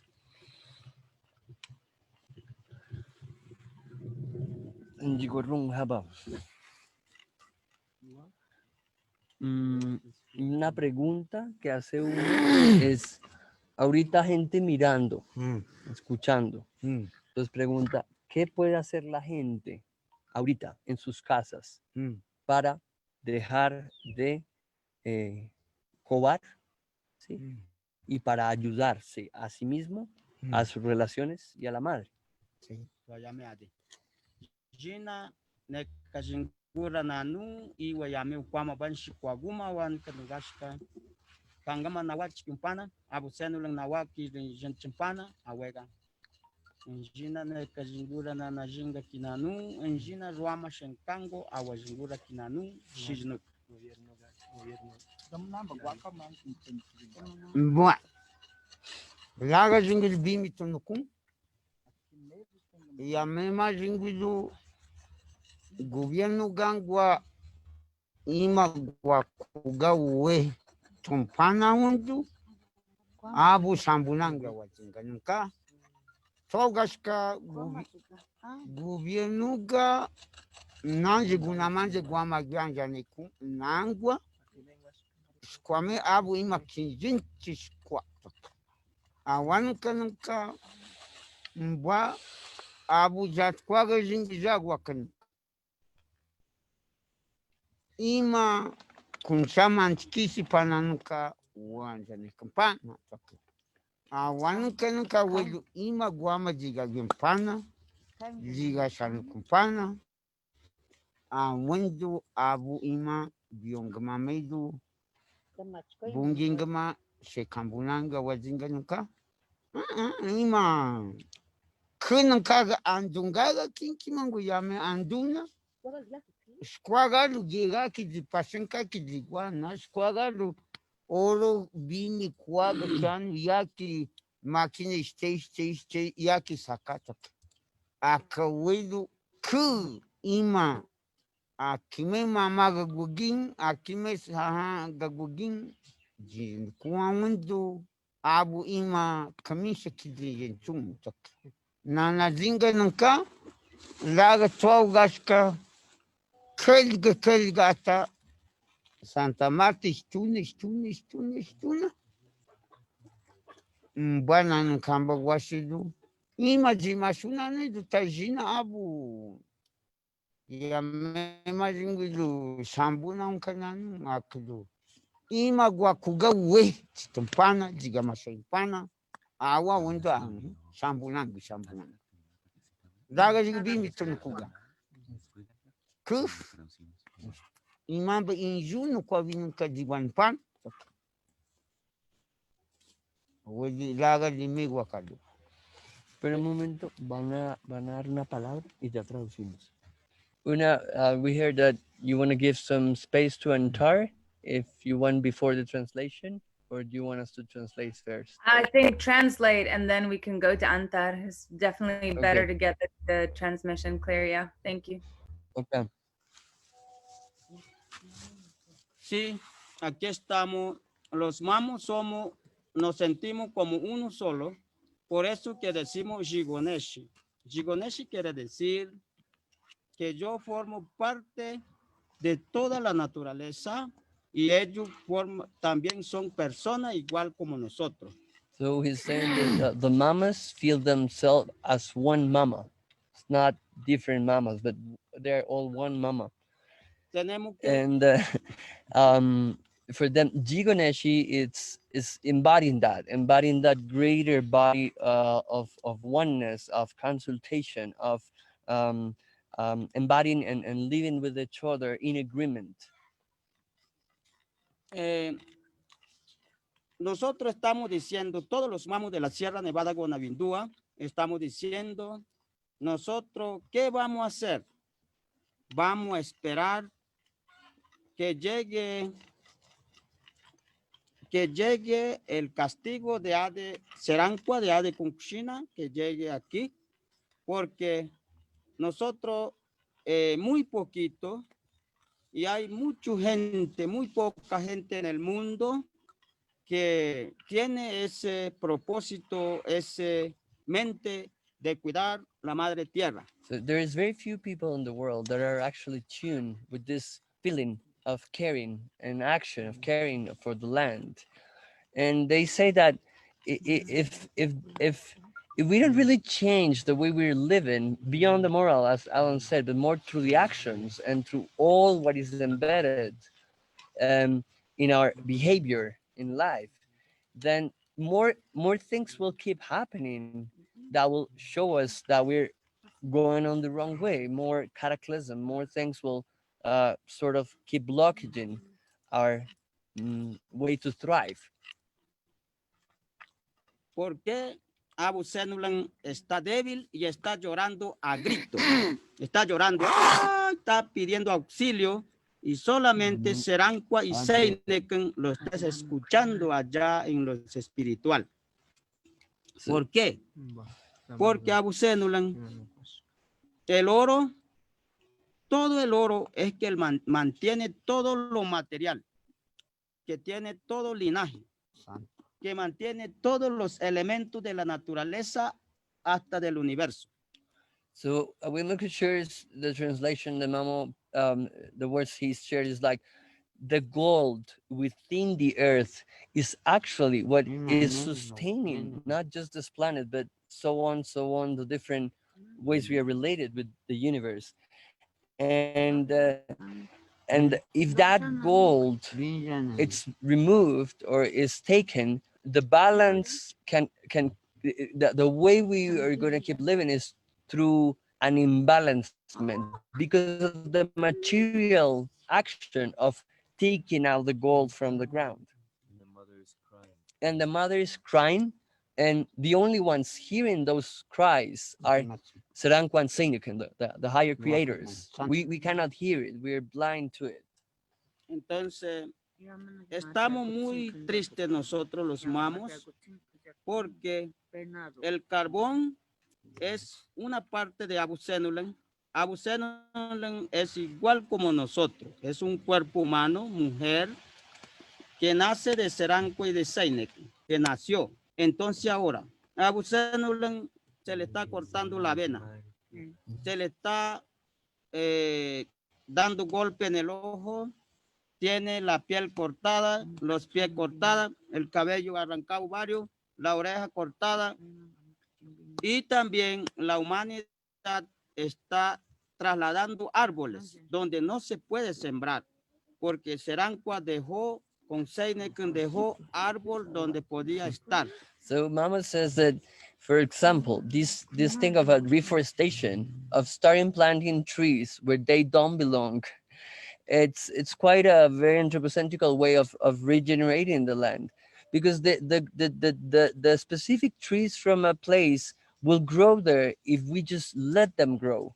It's not too much about doing hard inputs on it. He's also saying, going back to the metaphor, more than the metaphor, the reality that she's being like us. So every time that something is extracted, it's like if we were cutting ourselves or somebody else's hands, eyes, hair. I guess the mom is trying to go deeper into our pattern of very deep extractivism, of taking out to build something else. Entonces, lo que estamos diciendo es, vamos a hacer ordenamiento de 18 pensamientos. Ordenar la palabra, ordenar el sexo y cuidar nuestra casa sagrada, que es el cuerpo, y para abogar por la madre tierra, por la naturaleza. Si no hacemos eso, si no nos ordenamos los pensamientos, durante Aganwashi y Yonageshi, entonces podemos hablar muchísimo del cuidado de la tierra, pero no vamos a hacer nada. Esto es lo que Yatwa está diciendo. So the Jatukwa, the bubbles, the consultation of the gourd, that's hydromancy that they have inherited, is saying to them right now that it doesn't matter how much we preach to take care of the earth. It doesn't matter how big campaigns or things we try to engage with. But if the three basics that are thought, body, and sexual energy are not clarified, are not reorganized within ourselves, the world will keep spinning in ways that we don't really know where it's going to take us, what is going to happen. So it's a parallel of understanding that the deeper responsibilities we have are actually with ourselves in our most close environment. Bien. Sí, Dejemos eso. ahí porque están esperando. Sí. Están esperando. Entonces, bien, lo invito a ustedes, a mis hermanos de americanos y del mundo, para que se unan a este propósito espiritual de nosotros que se llama Sheringawama y Ankangwanga Shenkangawama. So Wima could just mention the spiritual names of these processes of reordering thought, body, waters, self. And he's just inviting us all to, in whatever way we feel, to start walking forward in our most immediate environment, our personal lives, towards that. También al Agangwashi y Yonageshi. Y finalizo con esta palabra. That's it.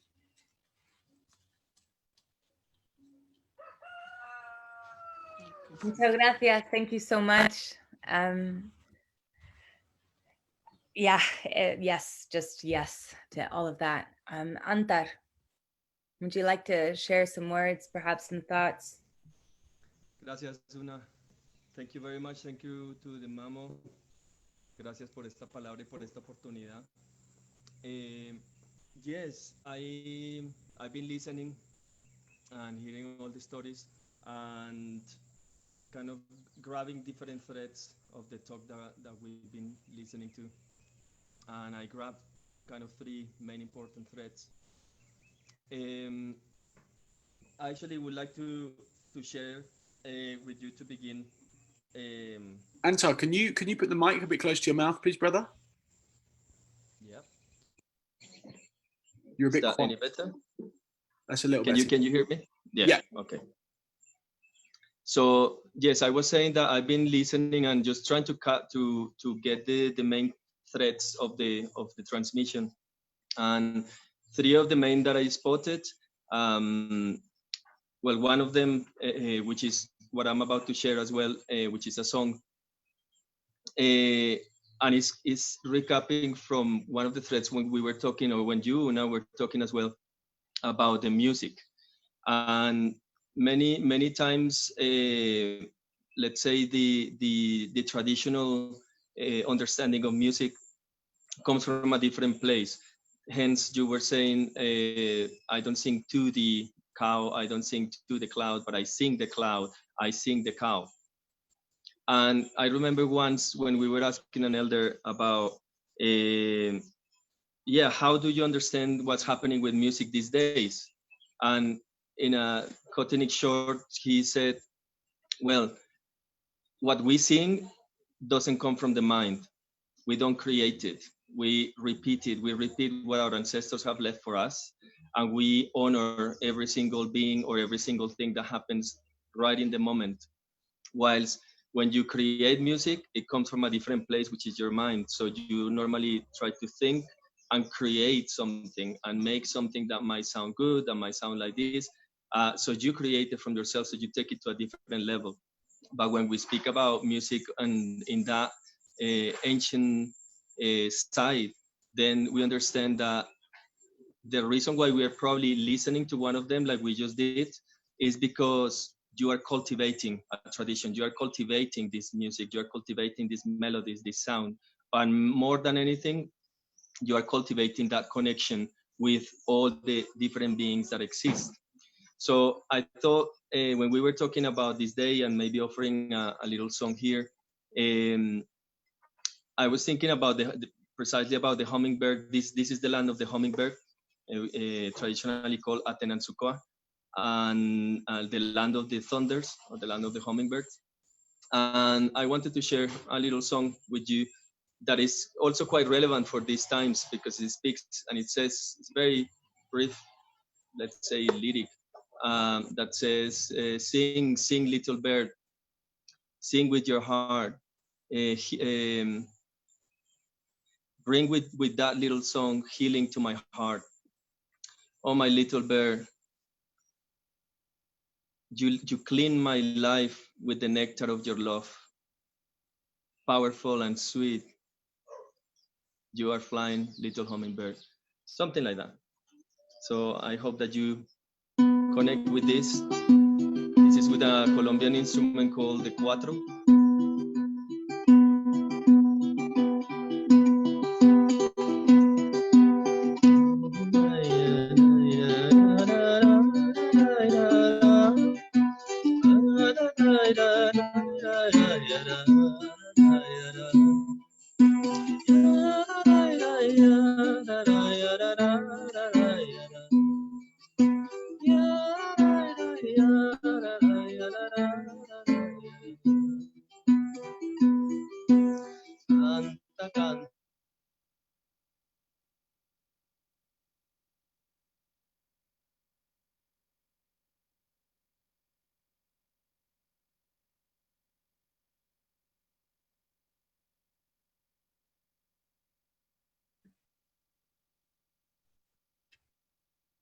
Looks like the transmission's hitting the Wi-Fi hard. Let's be patient for a moment and wait for him to come back.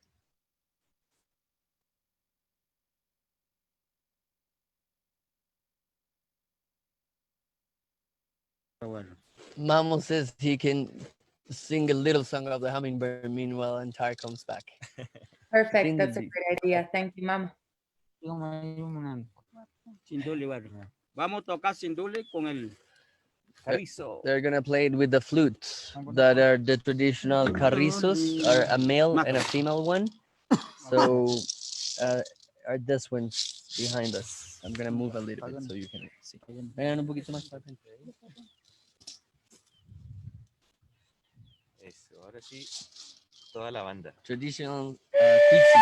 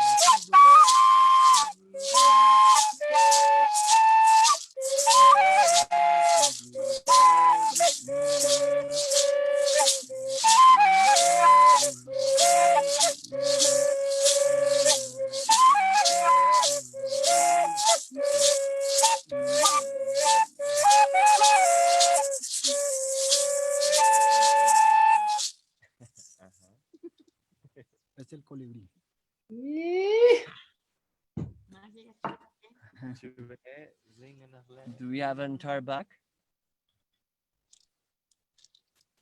Gracias, hermanos, ahí de la sierra. Antar. A usted. Antar, ¿regresó? No, pues.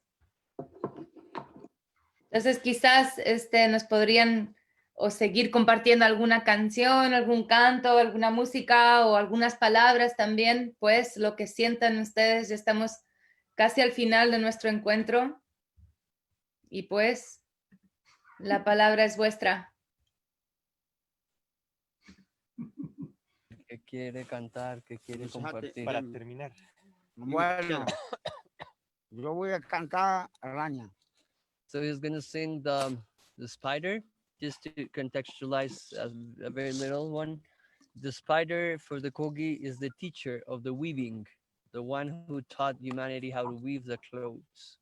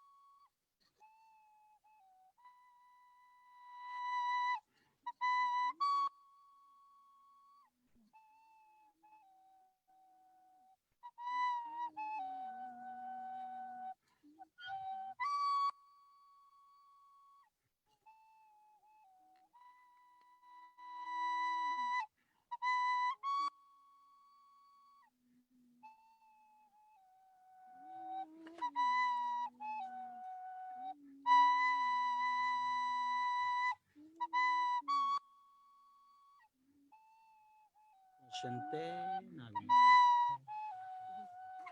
Y un Esta antigua araña, todo Batela, araña, todo les dejó. Entonces, antigua araña, como cantando, madre dejó. That's the flute song for the spider, and as we said before, it's the teacher of how to weave the clothes. Una, maybe if there's some questions or something that has come from there, from the public, that maybe somebody wants to ask to the mama or the community. Well, we have had many questions about the poporos. We've had questions about perhaps maybe you guys could speak a little bit about the poporos. We've had some really interesting commentary here, and I feel like a lot of people that have experience with you guys has also shared their perspective of what they have learned. But perhaps you could share a little bit about the poporos and about the coca. Mama, un poquito ayo, damburro, chucaca. Explica. La gente quiere saber. Bueno, su caca no hay poporo. Espiritual, mujer. Mamá, abu kasuma. Entonces, Kogi no come todavía niño. Entonces, recibió niño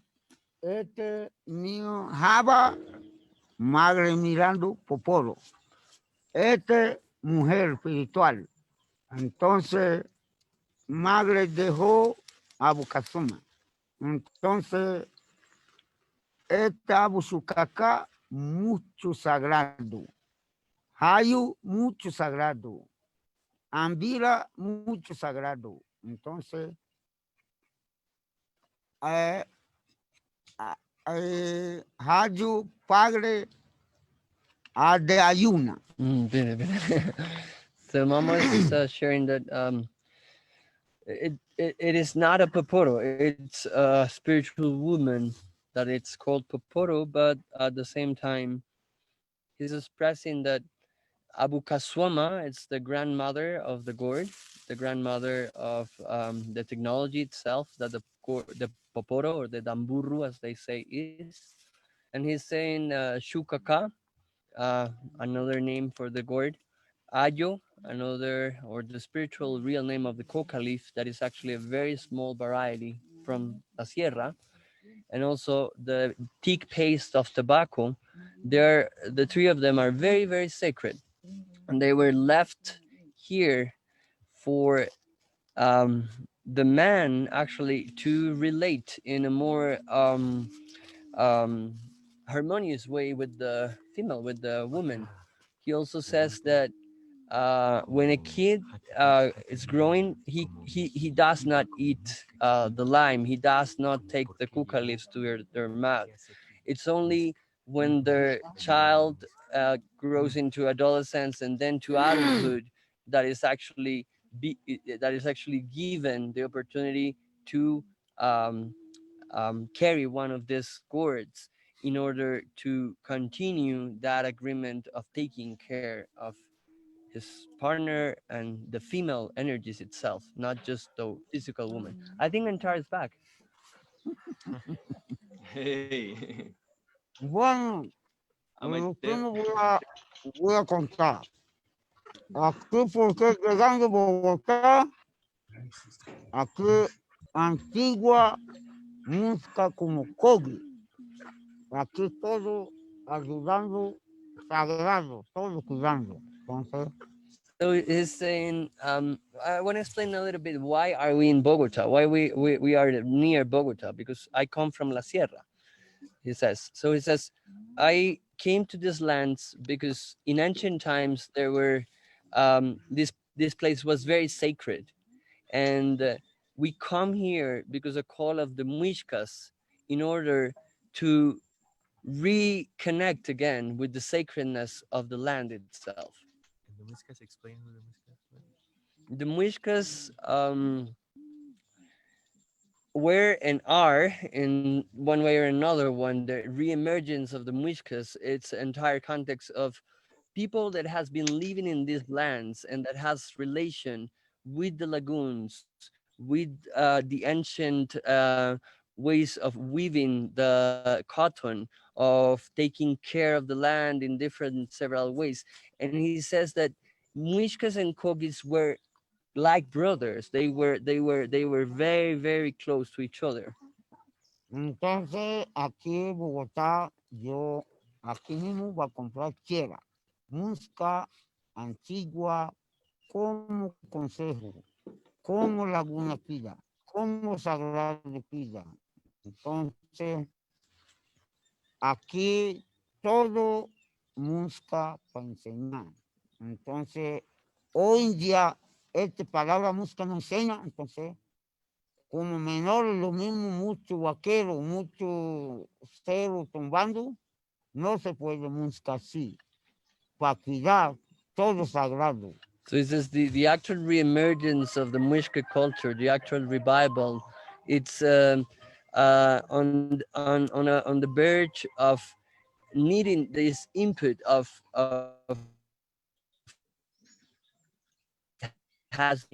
what has been lost. He says the abilities to relate with the land and to these lands for the higher benefit, to teach the Muiscas, but also to teach anybody that comes around and that is willing to um, find ways and commit into other behaviors in order to regenerate the land and so on. Entonces, aquí yo no voy a hacer nada, aquí música para enseñar, cómo quiera historia, cómo palo historia, cómo laguna historia, cómo hago historia. Entonces, hoy en día ya si era mayor, todo acabando. Entonces, yo, porque muchas palabras sabe, mi abuelo contando, mamá Don Juan, Saganiza, mamá Evangelio, mamá Don Pedro, mamá Agustín, todo viajando, mamá todo, si era murió, ahora mamá picante enseñando 8 meses. Aquí música para enseñar. So he's just mentioning sort of the lineage where he comes from, the teachers he has learned from, and he says that sadly, even in La Sierra, this wisdom, it's declining, right? There is a sort of loss of the more wise ones. They have already left. There's still the tribes there, and there's still the culture alive. But his decision of coming to this land was actually to see that there's people willing to hear and willing to act and commit, and that's why he feels that it's time to keep grounding himself with his family around these territories where they feed and they um, nourish all the lagoons around and also the people who come to them to learn. And his teacher told him to come. And his teacher, the Mama Picante, his last lineage teacher that is still alive, gave him this commandment, this instruction of you need, like in ancient times, you need to go back to those lands. There are very sacred lagoons there, and it's your mission to help people there to remember, to remember them how to sing to the tree, to sing the tree, to sing the water, to sing the mountain, to sing the lagoon. Cantar va a cantar. Sí. Va a cantar. ¿Va a cantar? Gracias, mamá, y gracias porque tenemos en participantes una señorita Huisca. Entonces, gracias por hablar de su gente así con tanto cariño y generosidad, pues. Thank you. Among us, actually, in the participants, we have a Muisca lady who's tuned in, and so thank you so much for speaking to that, Mamo. And I think now all of us would love to go back to Antar and just hear more of what you have to say. Gracias, hermano. Gracias. Bienvenido de vuelta. Welcome back.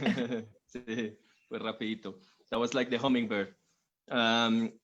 So yes, thank you. And I think this one last thread that the Mamo was talking, maybe I will catch it from there, because basically what the Mamo was saying it was a prophecy that we all had here, and there was this prophecy that one day, one of the brothers, of the elder brothers, will have a dream to come back down to the cold land to reteach and share once again the wisdom that was all destroyed by the visitors, the Spanish who arrived, and the whole colonization, as you know.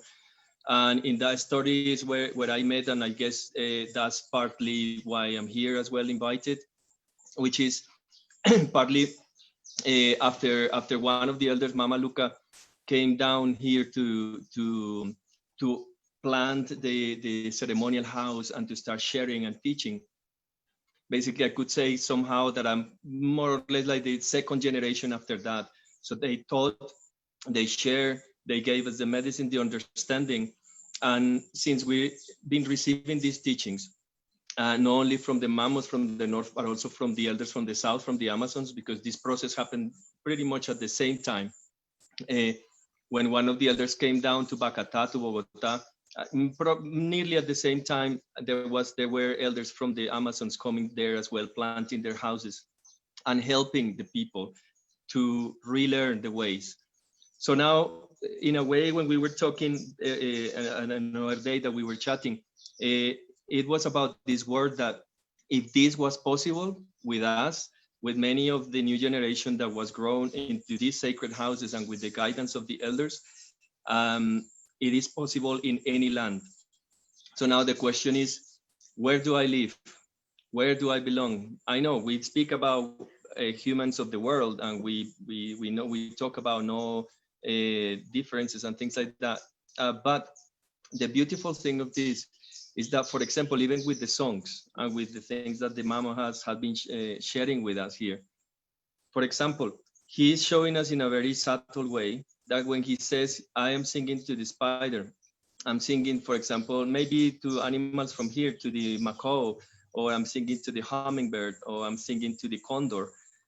Yes, these are animals and beings that are here and in the land where you were born. So when we are born, we are like a little plant that we were born in that country, in that city, in that town, in that village. And as a plant, we grow with that medicine. We probably grew up in the deserts, we grew up in the mountains, we grew up in the forests, we grew up in the sea. No matter where we were born, somehow the fact that we were born there, that means that we embody that medicine. The thing is that the Creator gave us legs to walk and possibility to travel and to move to so many different places. And that is what many times distracts us and makes us forget of who am I and how am I meant to connect with nature. So for example, if talking about the UK, for example, if you have ravens, up until I know, I don't think we have ravens here. I don't think so in Colombia, but that's a very important bird for the Celtic culture, for example. So if we're singing the condor, if we're singing the hummingbird, it's beautiful to learn these songs, to learn about the connection. But actually, when you go and you are in your own land, maybe if you are singing to the condor, the ravens are asking, who is that condor, right? Do you know him? Do you know, or they are singing to this plant or to that plant that doesn't exist in that territory. It's beautiful as well because we learn ways to connect. But what they are truly sharing with us, more than this song, is ways to connect with nature, ways to connect with the environment. So if we, in a way, what they're teaching as well is observe your nature, observe your brothers and sisters, your trees, your stones, your animals, your lakes, your rivers, and connect with them. And somehow, maybe you are the one who's needed to download that wisdom and to embody it and bring it back into motion. Maybe many people, when in my travels, many people say, well, yes, but I don't know the elders. I don't know these songs. I don't know. So how can I do? Well, then I have to learn the song of the condor. Well, yes, it's beautiful. But what the song of the condor is telling you is, look how we honor. Oh, it's just a condor just passed. Then I sing the condor. I am here with these palms. Then I sing the palms. But then if you are there and you are with mugwort, if you are there and you are with oak tree, you're there and you see a deer, you're there and you see all these different beings that exist in your land, how beautiful it would be to be able to honor them, because it's not about making a song. It's not about creating something that, that makes us so great for what we're doing. No, it's actually about honoring. So it's very simple. And as you can see, the songs of the Mamo, for many people, especially, for example, musicians might think, oh, but that's very simple. Yeah, but in simplicity, there is a great, great mystery. And the mystery itself is that probably you're asking, oh, but why was that so simple? Or like Alan was sharing earlier on, he was saying, and what was the song of the turtle saying? And they were saying, well, the turtles, in a way, they were saying the turtles don't speak. What are you talking about? So, so it's very simple, very, very connected. So sometimes we tend to complicate our life and we tend to try to understand, but actually what we need is to actually maybe spend that trying into trying to connect, not to understand, but to connect. So if a big wind is passing here, what is that wind telling me? Can I sing the wind? Can I sing the bird? Can I sing the animal? Can I sing the human? Can I sing the water? How do I sing this if I don't have an elder? Well, you have the elders in your blood. You are a living lineage that if you have the depth enough to connect with that moment without thinking that it's about creating a song that is going to be so great, but it's to connect so that you can honor that element, then what comes through you is not your creation, it's your ancestors talking through you. So these are the ancient ways. What they are teaching us is how to connect in an easy way with nature. And by connecting with the songs, with the dances, with the teachings, what do you think is going to happen? Well, maybe you are going to understand how to grow this plant. Maybe there is a little story about a tomato plant that was always wanting to become a mango plant because the mango was more exotic and was more juicy and was more sweet, and I'm just a tomato. So he was trying his best to become a mango, but in his tries he never made it, and it was always a weird tomato that was tasting like a mango. Until one day in one of his dreams, he saw the creator, and the creator put a mirror in front of him, and he remembered that he was a tomato. And from that day, he became the greatest tomato of all times. And absolutely the plants that were growing from these tomatoes, there were big queues of people wanting this tomato because it was a perfect tomato. It was a tomato that had accepted itself for what it was and what it tastes and what it looks. So I think getting close to our origins, getting understanding from our roots, just gives us a closer understanding of our own shape and what we do and how we do it. Therefore, when you travel to other lands, we exchange. Yeah, how beautiful that you are singing to me the song of the raven. How beautiful the song of the hill, the sacred hill where you go. Now let me share with you the song of the sacred mountain where I go to do my pilgrimage. And then we exchange, and then we understand we are both taking care of our mother. Because when we talk about territory, that is a word that also came here. When I start talking earlier on, before I went to another planet somewhere here in the virtual world, I was saying I was picking up some of the threads of what I heard. And that was one of them, which is Alan and few of the speakers here have been mentioning about territory and how do we connect with territory? Do I have to learn dances from somewhere else? Do I have to learn songs from somewhere else, or have instruments from somewhere else? Yeah, maybe yes. But beyond that is asking ourselves in the security of our own space, in our own homes, and look what the mother has done to us. She just sent us all back home. She just sent us all locked down, just like children who never heard, children who never understood, and she just slap our bums and go back home and revise your life.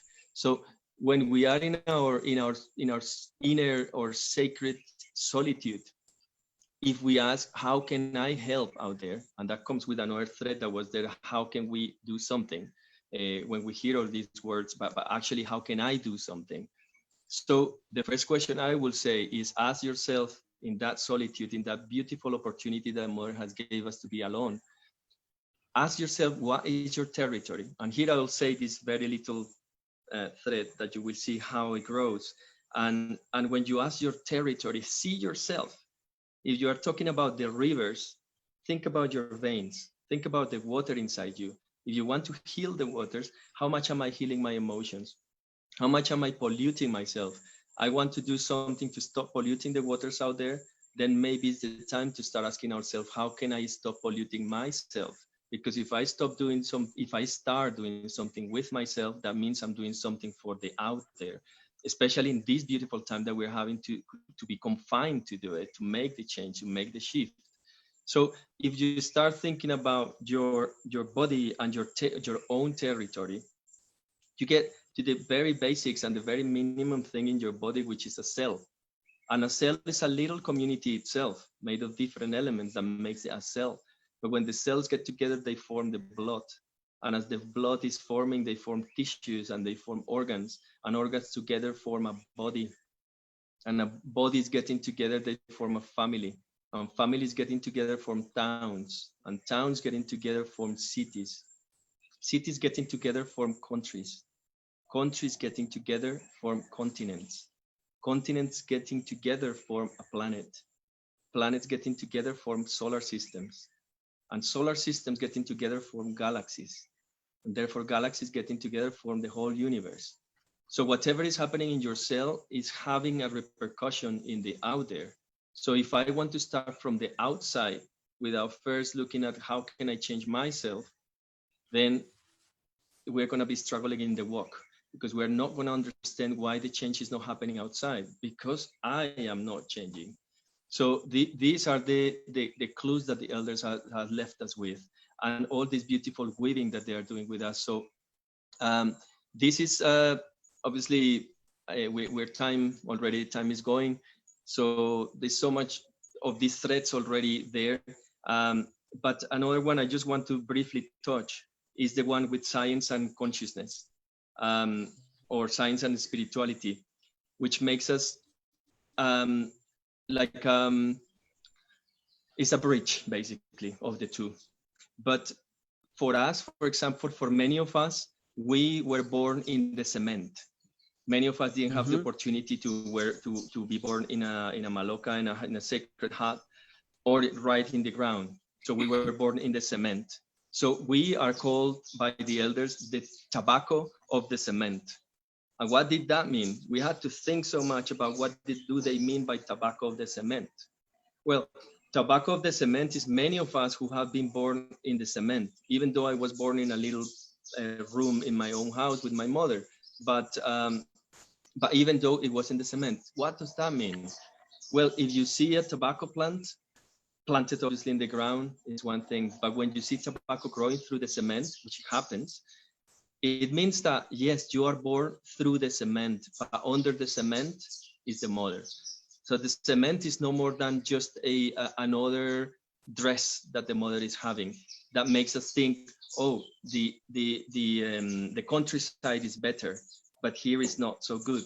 But under that cement is the mother. So the elders and the teachers tell us, whenever you're walking on the city or in the towns, don't forget that you're walking the mother. If you're walking a very high hill with cement, you are doing a pilgrimage in the mother. So don't forget that, because that dress is making you confused and making you think that is the nature. Of course, being in nature makes us feel a lot better, but to not undermine the cement work and everything that we can do in the cement. So when these two, the science and consciousness got separated by stories, then what was created was a third one, and the third one is called bridge. And why a bridge? Well, because if you think about what is happening right now, this is the time for bridges.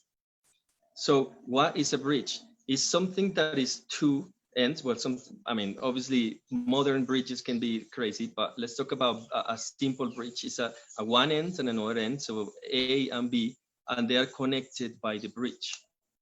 So if we call this end, we call it modern world, and this end we call it ancient world. These times we have to be bridge.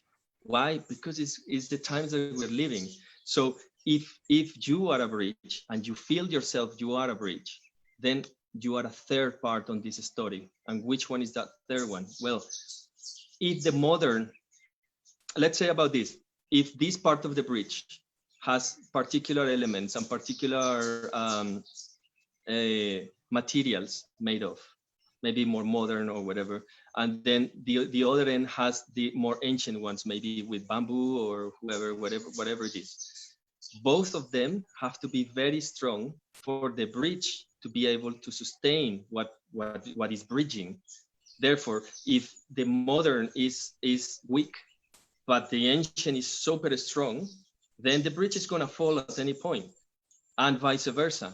If we are super strong in modern, but our ancient is very weak, the bridge again is going to fall at some point. Therefore, if you are one of these new generations of bridges, that means that you're a third party on it, meaning that you are very connected with the ancient and the ancestry and your lineage, but at the same time, you are super connected with the modern, so that we can do this. If we didn't know this and technology, we wouldn't care about it, then yes, we will be hiding here like the elders. They are up in the mountains, they are hidden, and they're completely away. And in the other side, there is the modern technology, kind of almost like seeing the ancient as not very relevant, and what is important is the science. That's also not the way, because we have demonstrated over the history that technology is taking us down, down, down, down, down. And now science is saying to ancient, please help us, because you are the one who understands. So how can we bridge it? Look at my brother there, Esteban. He is the bridge between the Mamo and you. If Esteban wasn't there, the Mamo is just talking in his language, And we are here like, what is the mamo saying? I don't know. And if we're asking questions to the mamo in English, he's gonna say, what are they talking about? So we need a bridge. So these are the times, according to the elders, the time for the bridges. So if you know in your heart that you're a bridge and a good bridge, or you feel the call to become a great bridge, both ends need to be very strong, not undermining technology, not undermining ancestry, but becoming, studying and understanding the best we can these two things so that we can bridge and we can do what we are doing here. So maybe for me, the way I see these times now, I was talking the other day about this as about the world of the analog and the world of the digital. So many of you here, if not to say everyone, might be with me on this, unless there is someone quite young from this generation. All of us can say we know what is a cassette. We know what is a cable connecting here and plug in and press play and all that stuff and all this crazy cable stuff, analog. But then it's the digital now, and the digital is avoiding any cable as possible. Everything is touch, everything is Bluetooth, everything is all these things, no cables, please. Yeah, people say that. Yes, that's great, that's the two worlds. But look what is happening right now. We are right in the middle before the analog disappears kind of and becomes so digital. And this is just a metaphor of the teachings, the two different teachings. So if we have ancestry into the modern, this is our time for bridges, to make whatever is possible in our hands to bridge into the new generations. So how can we reach new generations? Think, how can I reach new generations who are obsessed with tablets and things? Well, if I create a very old looking documentary or film or content that is never going to catch younger generations, well, I might not be able to reach them. But if I use their technology and their language without diminishing the great understanding of the ancient, then I'm going to be able to reach them and actually to make them understand that planting trees is cool, that respect nature is actually very cool. And actually I feel so cool because I'm the guy who likes nature and it looks cool and it's great. So that is a good job done. So we can't, if we consider ourselves bridges, we have a great big task to do, which is firstly accepting that we are in this generation, that we are not on the other, or we are not in the new one. We are right in between. And the mother decided this, not us. For some reason, we were born right now. If we are reborn later on, we probably will be reborn in a complete different situation. But right now is a great moment to use all this wisdom, use all these bridges, and transmit it to the modern world. And anything I see, anything we can do right now is gonna have a great impact in how the younger generations are gonna act towards our mother. So that's what I wanted to share. I'm trying to compile things and things, but more than anything, thank you for this space. There's so much words and thoughts that come to me right now about all these things. But yeah, all I can say right now is I hope that these words live with you in your hearts and in the hearts of your younger generations and our younger generations. And if you feel you definitely are a good bridge, then go ahead and prepare yourself for both ends. And if you are just if you belong to one of the two, then be great and teach the bridges like the elders are doing with us. They can't do it, so they teach us so we can go to the world and do it. So I leave you with these words, and thank you so much for that. Hey. Thank you, Antar. Thank you. Yes, bridge work is definitely really challenging and very beautiful, and it does require a lot of strength and a lot of preparation and a lot of constant adjustment and constant learning. It's tireless work. So thank you so much for reminding us of that. And we are coming to the end of our time together here. And I want to thank you all for tuning in and staying with us. There's still 111 of us here. 111. That's a good number. I like that. No. Yeah. Just very little input. 2 words. Actually, 2 words. Yeah. when they ask me personally, how would you start? How would you engage with? What can you do? I have found these two words that have really helped me, and everybody in the chat can put these two words to all the words that Antar just shared with us that are so reliable. One is bearing witness, just to learn and to relearn to witness, and also to active listen. If we just every day cultivate more bearing witnesses and more active listening, that will take us wherever we are needed to be as bridges or as individuals, as families, or as communities. Little input. Thank you. That's beautiful. I second that and echo that. Thank you so much. We have a bunch of questions here from our participants, and I think I want to share a very, very, very brief story about when I met the Mamo. Again, going back to that time, we went and I had a healing with him and other four Mamos that were there. And it was a small group of us, three of us, and we asked for healing. And they gave us each two little pieces of cotton that we held in our hands. And we sat there in meditation and asked for forgiveness, and almost like went through all of the times that we had ever had a bad thought about water. Whether it's like, oh, go outside, oh, it's raining, or like, oh, this water's too cold, or like whatever, or oh, I'm thirsty, I wish I had water, like all of the negative thoughts that we'd had about water, and put them into this cotton and then make an offering. And so in the spirit of that, you know, we've talked a little bit about what kind of work is required of us individually. And Mamo has spoken about how important it is to regain balance within ourselves and to align our thoughts in this way. And there's a couple of questions here that have, I think we can kind of weave into one.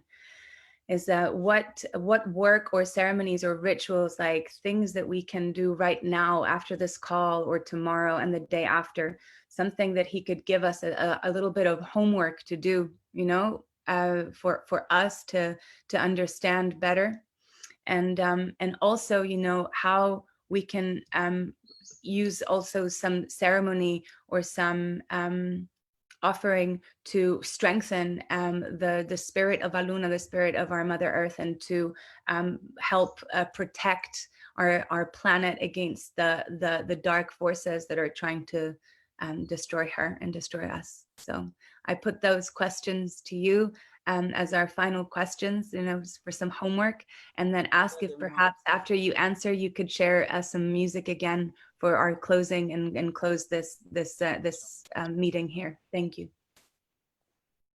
So the answer has come immediately. Sadly, it's not that easy. So they say there is the need of direct transmission. There is the need of being with to be guided. But the essential thing to do is to sit yourself alone in nature for a several amount of time daily on the same spot for ¿cuántos días? 12 days. So if you just go to nature and sit down in a place for 12 days to bear in witness, to active listen yourself, the inner nature and the outer nature, there could be more deepening on that. Awimaku shares the Agangwashi, that is sort of a confession, but it's not a Judeo-Christianity type of confession. It's more of letting go the things you don't want to carry. But that part needs to happen with a mama, right?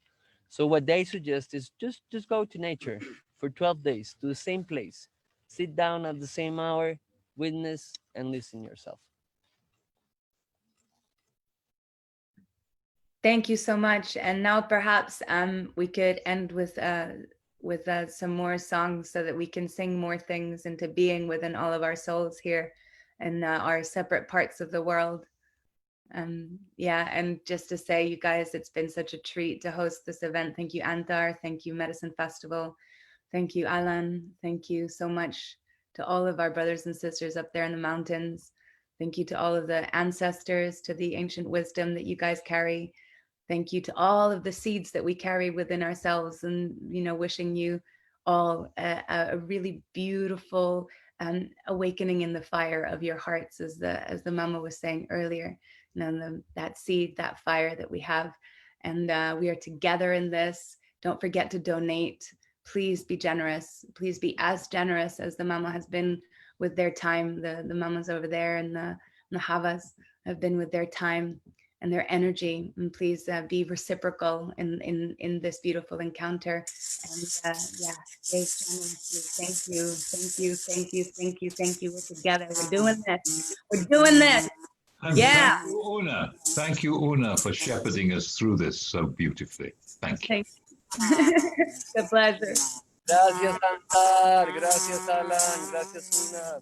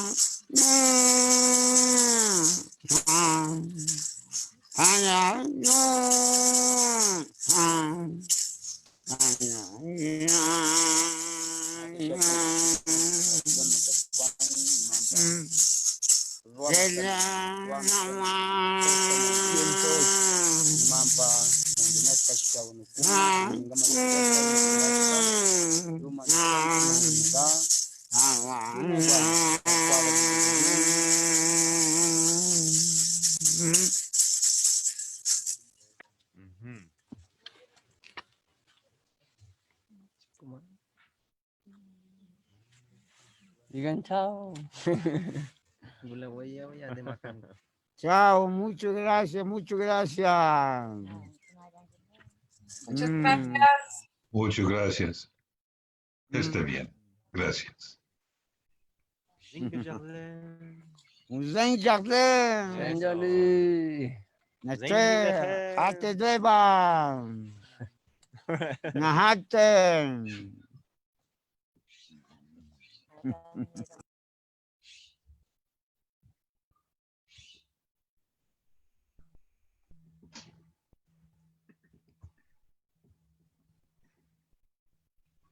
So